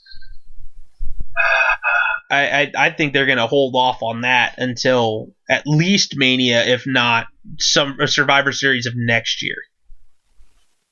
Because they gotta introduce the other ladies first here. Because the other ladies aren't famous. They're not. They got a couple of them that are ready to roll. So two out of the 4. The other 2 just got signed. So so they gotta give them some time. I mean, Ronda, at least to her credit, had been training for a good 6 to 8 months before she even wrestled. So. And Shayna just been working the indies for a few years. Yeah, so they're both, I mean, at least game enough, and then the other 2, one of which is married to Roderick Strong, I believe. So I mean, I think Shayna's more than game enough. I think she's shown that she's got some fucking talent in this, man. Yeah, I think when it comes down to it, I give her all the credit in the world. She is proven the fact that she can play that bully character, no doubt, because that's really probably a lot of times more of her personality. And I also like the fact that they toned her down a lot to where she actually kind of looks like a woman and doesn't look like a dude kind of trying to look like a woman. But one of the best things they've done is like with Nikki, in what's been developing with Nikki Cross, you're seeing her being afraid of Nikki Cross. She doesn't know what to make of Nikki. Yeah, no, it's to a point where you finally got this bully who is afraid of the person because they're just out crazying the bully. That's really what it is. You gotta sometimes hit the bully right square in the nose, and Nikki Cross ain't backing down, man. Not like how they did with Dakota Kai. I imagine Nikki Cross would be one hell of a time in the bed. Oh, jeez. About it. I mean, come on. And the whole the Kairi Sane. What? Not a bad question to ask. That's true. I mean, Daniel, come on. No, that's a good thought to cross your mind, but I'm like, oh god, here we go again. She's not Sasha Banks, but Sasha Banks to me is a throwback to the Diva generation. The Diva era. I'd more than take Nikki Cross over Sasha Banks. Yeah, I agree. And like Sasha, her star power has just fallen, if you ask me. If it weren't like even, and Daniel, I know you love her, but Bayley, she has fallen way off. Yeah, well, they're also doing this whole feud is like very old school slow burn, man. Like super duper fucking slow, which is like I'm just waiting for the payoff because sooner or later it's gonna, dude. And as much as I hate to see it happen, Bayley's gonna be the one to turn. It's gonna end up being Bayley. I don't think so. Sasha's a better heel. Oh, I agree. I've seen Bayley try to be a heel when she was on the Indies, and she just can't. It's just okay, think about this. Bayley can come out and be Bayley, the Bayley character, and be a heel, and people will hate her even more. Maybe because she's so nice and polite, but she's just a bitch. So you think of the Sami Zayn effect, where he just is more Sami Zayn than Sami Zayn. Think about how Sami turning heel has really kept him in the WWE. He's just a snarky, sarcastic punk ass, and I love it about him. It's like, I know you love me, but screw you. Yeah. Oh, dude, even as much as I dislike this rivalry with Lashley, and I really don't want to see this fight at all, they did something really smart in the promo battle back and forth on Monday. Sami Zayn coming out on the side in the crowd, talking to Lashley, and slowly but surely backing up, moving up the stairs as he's talking the whole time. I'm like, that's fucking genius. Because it just shows Sami Zayn wants no part of Bobby Lashley, even though he keeps needling him. Yeah, well, the point when he brought his sisters in, that was great. That was beautiful old school storytelling right there. Bobby Lashley, though, with that segment, had Bobby Lashley not come out and start poking fun at the whole thing, that thing would have been really flat. Because, in all honesty, if that was Brock Lesnar or somebody else, the first thing he would have done was literally try to go straight after Sami Zayn and then beat up on everybody else. He at least indulged Sami Zayn for a little bit, which made that segment salvaged a little bit. Oh, yeah, I didn't watch it, just so you guys know. Yeah. There's something to be honest, I didn't watch it. Skipped right over it. When Lashley come out is when it got really funny. So it got really funny because they're all like looking at Lashley like, oh shit, oh crap, oh hell no.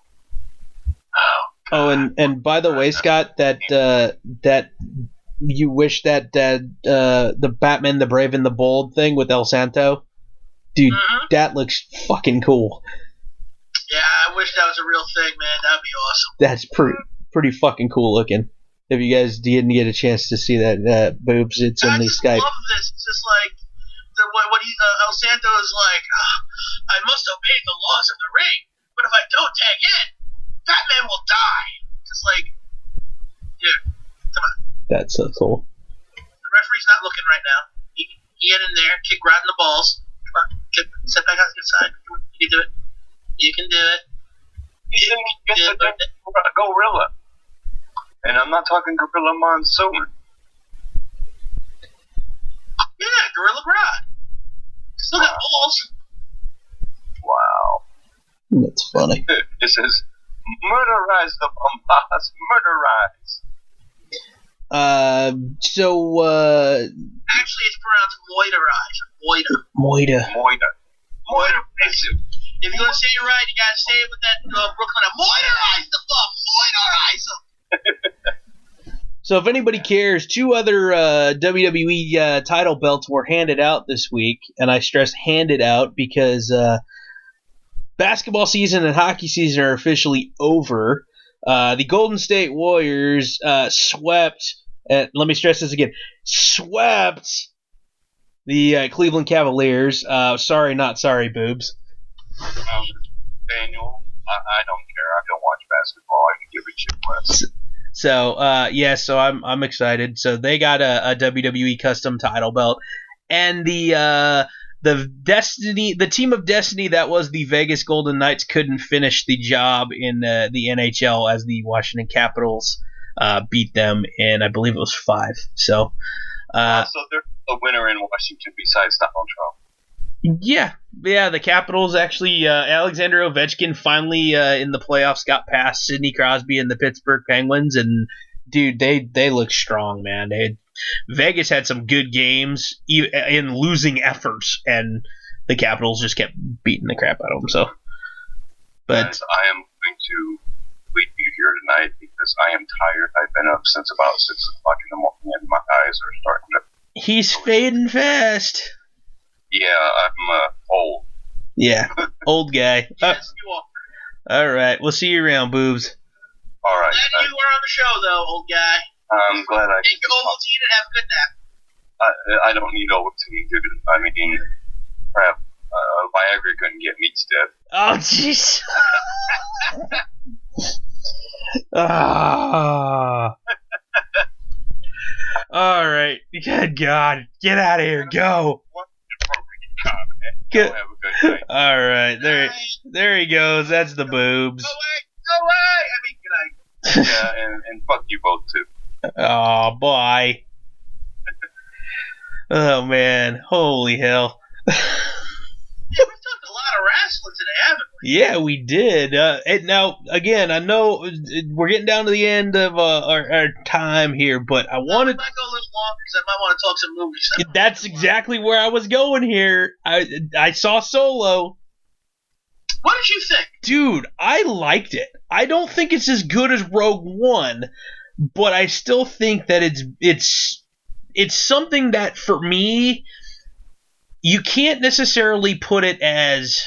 Okay, Rogue One at least ties directly into Episode 4, A New Hope. So for me, I can't help but just go, okay, cool. Just it melds right together, storyline perfect, whatever.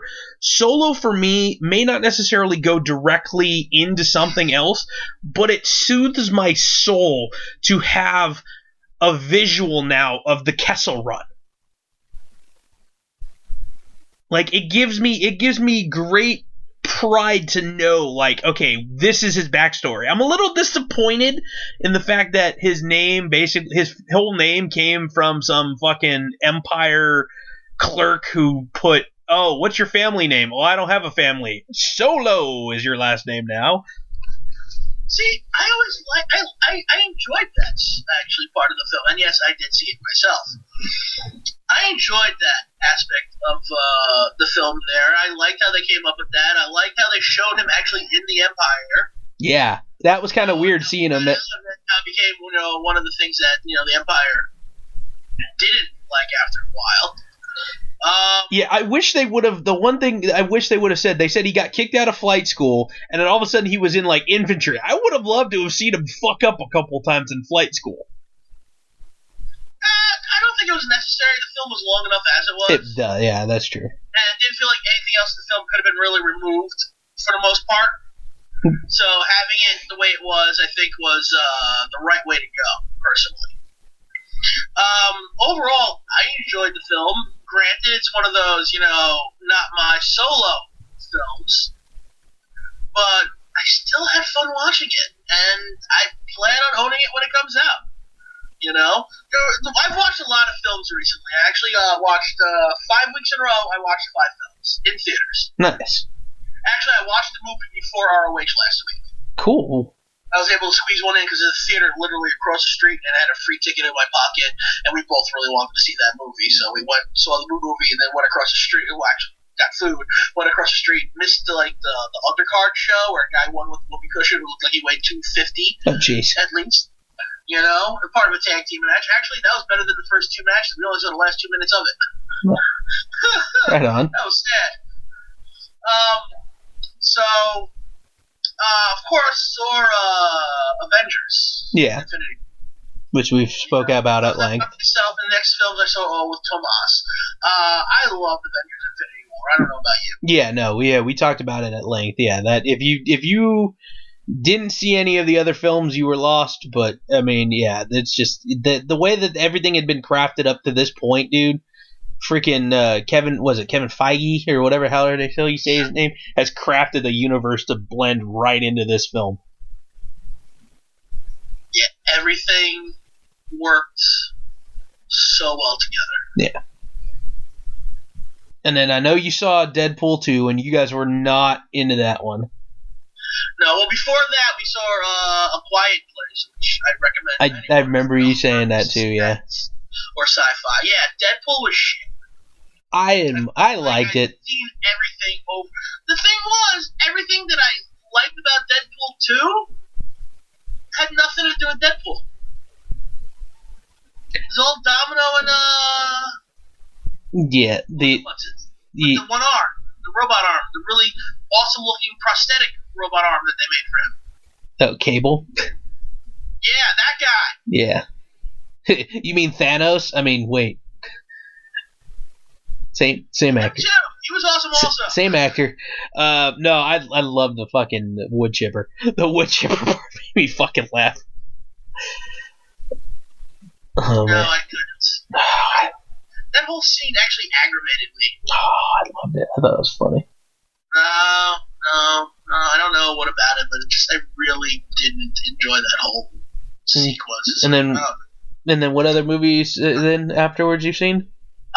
Solo. Solo, and then Which I greatly enjoyed. I walked out satisfied. And last week I watched probably my favorite movie of the year so far, which is saying a lot because of fucking Avengers and Black Panther and Quiet Place and Solo. Yeah. All the same year so far was Upgrade. Upgrade. Excuse me. Why don't I know that name? Okay, Upgrade is you might have seen commercials for it where a guy gets a microchip put into his neck, and it's a revenge flick for the most part, but there's a huge twist at the end. You might see it coming, you might not see it coming. I was so engrossed in the film, I didn't see it coming, but it's a low-budget action suspense film with really good graphics, and it's set in I can't say dystopian future, actually it's a very nice future. It's a future I wouldn't mind being a part of, the way it looked, you know? And this one guy, his wife is killed in a mugging type of situation where they're manipulated and they get her, they kill her, and he gets crippled in the process. A rich guy has a microchip that's very technologically advanced that could maybe make him walk again. Puts it in his neck. Eventually it does. The chip starts talking to him. It's like, I can help you get revenge on the people that killed your wife. Well, okay then, let's do this. Fuck. Oh man, there's one scene where he's fighting one of the guys. It ends very gruesomely, and the whole theater, which is a good 20, 25, 30 people, mind you, you know? For a film that probably wasn't going to make a shitload of money. Yeah? You will be great. So, a good 25, 30 people all went, ooh, at the same time. That's when you know something good's happening. Okay. When everyone in the crowd reacts. But before that happens, he's literally, like, he let the microchip take control of his body to do the fighting for him. And it's a hilarious scene where he's beating the crap out of the guy, and you just see his face going, oh God, what's going on? Why can't I stop? Oh God, stop doing this. Please don't get up. I'm going to keep hitting you. Don't get up. Stop getting up. It's hilarious. And there's some really good laugh out loud moments in it, and then it gets very serious, and there's some really good graphic images in it when it comes to the deaths. It's very well done. It looks beautiful. It's only 95 minutes, so it goes right into it. It doesn't let down. You know, once it finally gets past the whole I'm a cripple, I need to live my life type thing, and it starts picking up, it picks up a lot. Now, I know you've watched Saw. Yes. Saw's a great film, right? Yes. The whole series is. The guy who helped write it, the guy who played Adam, Yeah. he's the one who directed this film. Okay. All right. I'll have to take a look at that He one. also wrote and directed Insidious 3, so he's actually pretty good at what he does, even though I'm not a fan of those films. They are popular for a reason. Okay. You know, so I can't argue with that. And, yeah, this is right now my film of the year. And that says a lot, considering some of the shit that I watched this fucking year. Nice. I just posted something in the Skype for you to see. Basically, a summary of every movie that Star-Lord is in. Oh, God, you're right.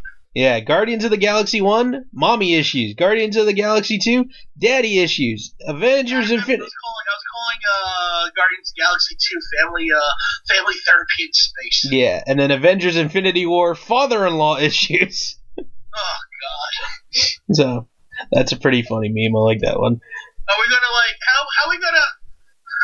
What next? Is it gonna be sister issues? Sister-in-law issues? Yeah, quite possibly. Actually, technically, Star-Lord has a sister in the comic book, so maybe one of Ego's children didn't get eaten in the second film, and we find them, and that's Guardians of the Galaxy Volume 3. Or I don't know. I'm not sure how they're gonna. Are they gonna do a 3, or is it? I mean. Yeah, they're going to do it 3. Whether it's with this team or not, they're still going to do it. Okay, because then that would be weird if it's a different team. But, I mean, obviously, my hunch, and I've heard some things about the comic book stuff, and maybe you could tell me more about this stuff. I probably could. I think I've read every Guardians of the Galaxy book out there so far. Is it true that in the comic book realm that Nebula is one that at least attempted, or if not successfully killed Thanos? I don't recall if Nebula did kill Thanos. I know Drax did by ripping his heart out during Annihilation. I think that's the only time Thanos died. because I could have swore I heard somebody say something about Nebula being like the dark horse like hero that nobody sees coming in Infinity War, Part 2. I heard this really weird thing of like, what, Nebula? That what? I mean, I wouldn't mind it because she's an entertaining character, especially in the show, the movies. But I don't believe so. I believe instead, when Thanos was believed to be dead before the whole Infinity Gauntlet thing, apparently he was dead at some point. Okay. But it wasn't. All right, I'm on the wiki. I don't know. I can't. Fucking. Let me just find all the Thanoses on here. I don't have time to look this up. Okay. Brutal Space Pirate and Mercenary never saw the blah blah blah. Nebula seized control of Sanctuary 2, a massive spaceship previously under the command of Thanos. Thanos was believed to be dead at this point, and Nebula claimed to be her granddaughter. Nebula's bands of mercenary pirates consist of Scourge, Kel, Gunther, and okay, no one cares about that shit. Newly resurrected Thanos is offended by Nebula's claim of kinship. With the Infinity Gauntlet, he really destroyed the fuck out of her for a little while. Yeah, there's nothing here saying like she killed him. Okay. That'd be like a big part of the fucking, Wikipedia. Not that I can see. Interesting. Okay. Yeah, there was not really much about it. I mean, she's never really been a huge fucking thing in the comic books. Okay. Not that I really remember. I mean, I haven't even seen her in the comic books for the most part until like recently because of the whole movie shit. Okay. No, I didn't know. She's apparently Annihilation Ronin issue 1, which is actually more of her more recent look, the movie look. So obviously the movie look took their cues from Annihilation. But she was like in that mini and that was it. She was like part of like a series of mercenary women. That was not much else after that. Okay. Right there on. wasn't really much about Nebula to really think about when it comes to the comics. Like, the shows made her more prominent than anything else. Okay. Well, shit, man. I figured I'd ask since you knew a little bit more than I would. But no, last time I seen Thanos die, Drax literally ripped his heart out. Okay. Because I was gonna say, I could have swore there was another, like, didn't Deadpool had to deal with Thanos at one point in time too because of Lady Death, right? He's dealt with Thanos plenty of times. Yeah. But Thanos pretty much curses him with eternal life. Okay. Like, no, you can't die. But, no, she's mine. You can't die. Yeah. So he can never... Literally, that was the story. Yeah, he can never have Lady Death because he cannot die. Yeah. Okay. And Death wants Deadpool. Because she has no taste. This is... Oh, man. Shoot. Well, there's one other movie coming out here that I'm excited for, and I think a lot of us now grown up Disney kids are getting excited because Incredibles 2 is coming up in about a week. I'm super stoked for it. So. Oh yeah, I won't be able to see it next week, unfortunately. How come? Because on Saturday I actually have work, unlike today where I got, screwed out of my job. I can't say screwed out of my job. They made a mistake. Last week I was supposed to have off because of Ring of Honor. Yeah. They gave me the wrong day off. They gave me off today instead of last week. Oh, bummer. But since I told Lloyd I need it off, I asked for this day off. You made a mistake. Please give me this day off. My supervisors all knew I wasn't coming in. I was not going to come in, and I was like, please don't get me in trouble for this shit because they screwed up first. Yeah. Please don't get me in trouble for this shit because they screwed up first. So I was like, on Saturday, I'm like, just in case, let me text my two supervisors for the day and let them know I won't be in for today as a reminder. And one of them's like, thanks, Scott. Have fun. Cool. Right on. Okay, I'm going to wrestling. He's also a wrestling fan. Okay, right on. So I can talk wrestling with him every once in a while. Brother. Yeah, no, I was getting up. I know. It just happened to sound like you're getting in the Macho Man voice, brother. It hurts. Oh, man. But, I am in a lot of pain. So, yeah, I'm like, God.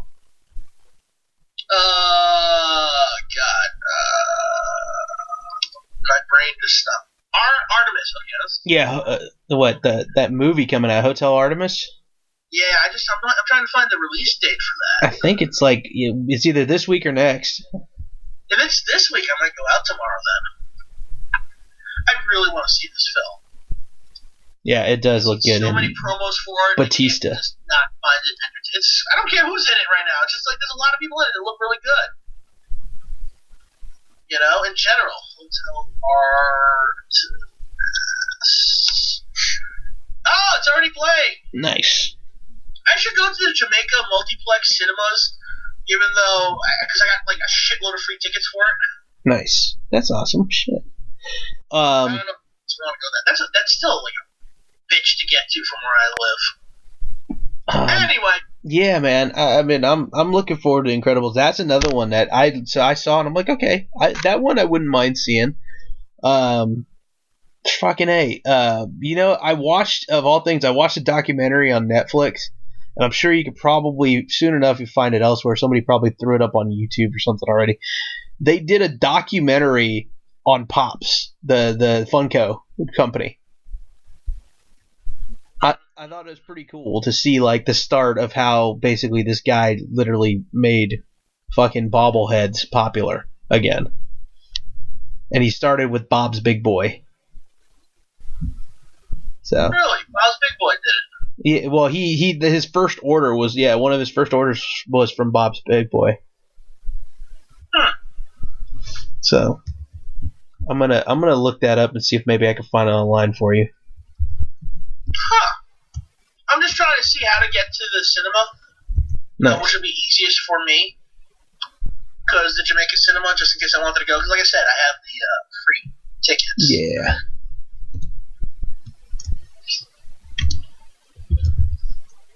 Let's try that way. Well, I guess we're kind of winding down here, so Yeah, I think it's time. Holy crap, I can take 2 buses to it real easily.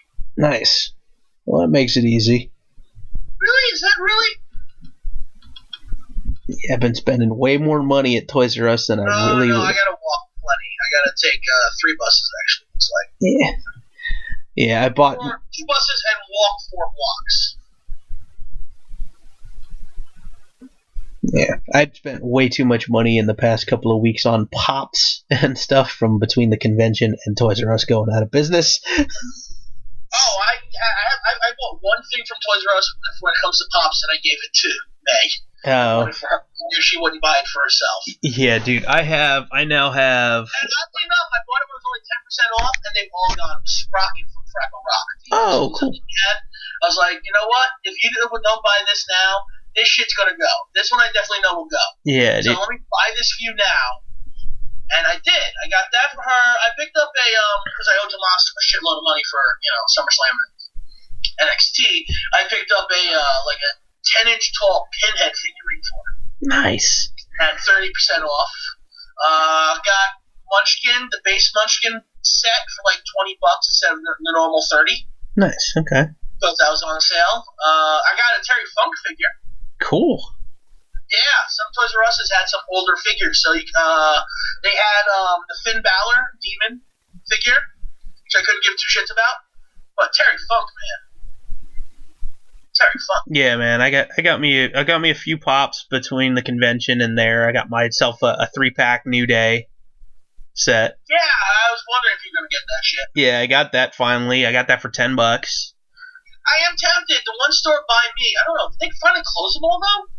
No, mine's still open. I literally was there like yesterday, 2 days ago. I went on Thursday, but are they closing tomorrow or something? Because if they aren't, I might go out and see if I get that Ted DiBiase one finally. Because I've been like hemming and hawing on it, but I should probably pick it up for like $5 next week. If Toys R Us is still open next week after work, I'll go to one and just buy it for $5. Yeah, let's see. Toys R Us closing dates. Let's see. I don't think there's an official closing date. I've never heard of the Q36 before.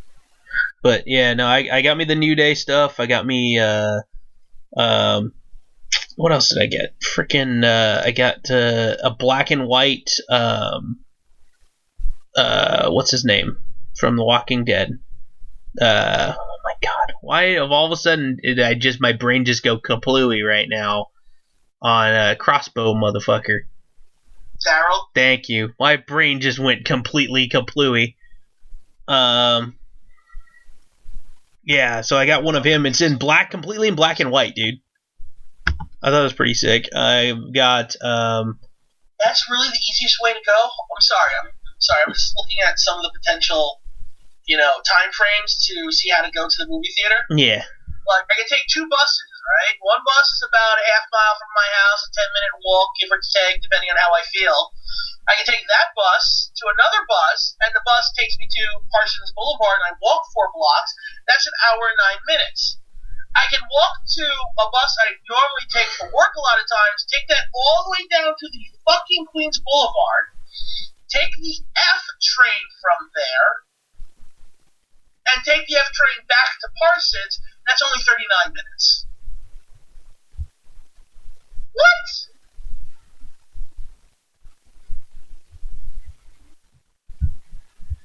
That's a lot of stuff to deal with. I mean, just to get there at this point, I would just... Fuck, I gotta see what bus goes along Parsons Boulevard. Just take that shit. It'd be a lot easier. Fucking hell. Well, This is stupid. This is stupid to get to a movie theater, but I need to go to a movie theater. on that note, I think we're gonna stick a fork in this episode. Oh, I'm sorry. It's all good, man. Now, what else did I get? I got a Space Jam Taz, like tore up all uniform and everything. It's pretty funny. You got better pops at your Toys R Us than I do. Oh no, that was from the convention. Sorry. Oh, insane. Yeah, the New Day one was the only one I got from the Toys R Us. They have a lot of just junky ones that are repeats. Like the only other good ones that I might consider getting there would have been like Ultron and Sigma from fucking the video game, the Marvel vs. Capcom video game, or Rita and Zordon Power Ranger movie. Everything else is called kind of one-offs from like. That completely ruined, like, I didn't see the movie, and just seeing that completely ruined my day. When I was like, oh, hey, Green Ranger, Red Ranger. Then I finally read what they were. It's like Rita and Zordon. I'm like, what? Yeah. This is stupid. This is so stupid. I kind of want to buy it just so I can rip the heads off and throw them around. Like bad balls. Yeah, the only other, I mean, they had a lot of just hodgepodge one-offs of like, here's a random villain from Teen Titans, or here's a. We have like every Teen Titan Go variant for Raven. Yeah, they had. And I'm just like, I hate this fucking thing. Yeah. I don't want to see this fucking thing. And every time I see Trigon, I think it's Hellboy, and I'm like, fuck you, you red bastard. Yeah, they have a lot of just random NHL hockey players that nobody knows in this area, because unless they play on the Sharks, they probably don't know who they are. Fucking, like, they got a couple of the character from that game Hello Neighbor. Yeah, I will say that skeleton-looking dude kind of just looks cool in general. I almost bought that just because it looked really good. Mm-hmm. Now they're all gone, so I don't care. The only one, like I said, the only one that I want is the Hellboy one. Yeah, dude, the only one I'm aiming for is Hellboy. I got a couple of figures that they're not pops, but they're WWE things. They're like, I don't know, dude. It's weird. They're made. God, I don't even remember exactly what they're made of, but they feel like they're heavy, like they were made of like of metal. No, what the metal? Like a die cast or something. Yeah. Like a die-cast figure. That's like a huge thing, and I think you're stupid. Well, I don't know. Shit. I don't pay attention to that stuff, but I happen to see them there, and I got one that's like freaking like 8-inch like Triple H figure, and I got like a 4-inch, 5-inch Finn Balor figure, and they're really fucking cool looking. Like I said, when I saw the fact that they had a Terry Funk figure, I left what I had done in the store because they wanted $11.99. Like, figures are 50% off. And they're still that expensive. Yeah, it's ridiculous. But they wanted, but it was like, it's only $4.99. It's only 40% coming off the toy. Like, this shit ain't right. I went to another Toys R Us a few days later. They still had it. I'm like, you know what? Fuck it. This ain't right. It's scanning $11.99, but action figures are 50% off. I want to talk to a manager about it. And I looked at the bottom, and the sticker says game on it. Games are only 40% off. They're trying to scam people who are buying too much shit and not looking at what they're buying. And I'm too fucking smart Jewish for that. I love it. All right. Well, now that we got that out there on that note, we'll end it here. Be sure to hit the like, hit the subscribe, so you can listen to all this stuff here with us, all the shenanigans. Go to Instagram, like Gorilla Blood Radio, follow us over there, Scott, NDX, me, DKorea247. I have no idea what the Boobs changed his name to, but you can find Harry the Boobs over there somewhere. Is Harry the Boobs or I don't. Boobs? I don't know. Whatever. You can find them through ours if you add ours or something too, if you want to.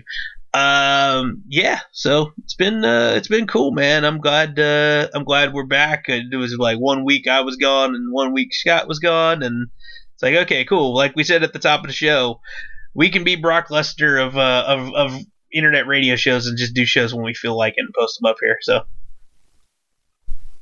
and I still. And in all honesty, too, I think we still probably have more people actually like listening to us or paying attention to us. Considering, I mean, Brock Lesnar probably has so many people hating on him, like me. So, for not doing stuff. So, oh well, whatever. All right. On that note, you got anything else to add? Not really. Okay. Well, and I guess it's nighty night from us here at Gorilla Blood Radio. We'll talk to y'all soon enough. Bye.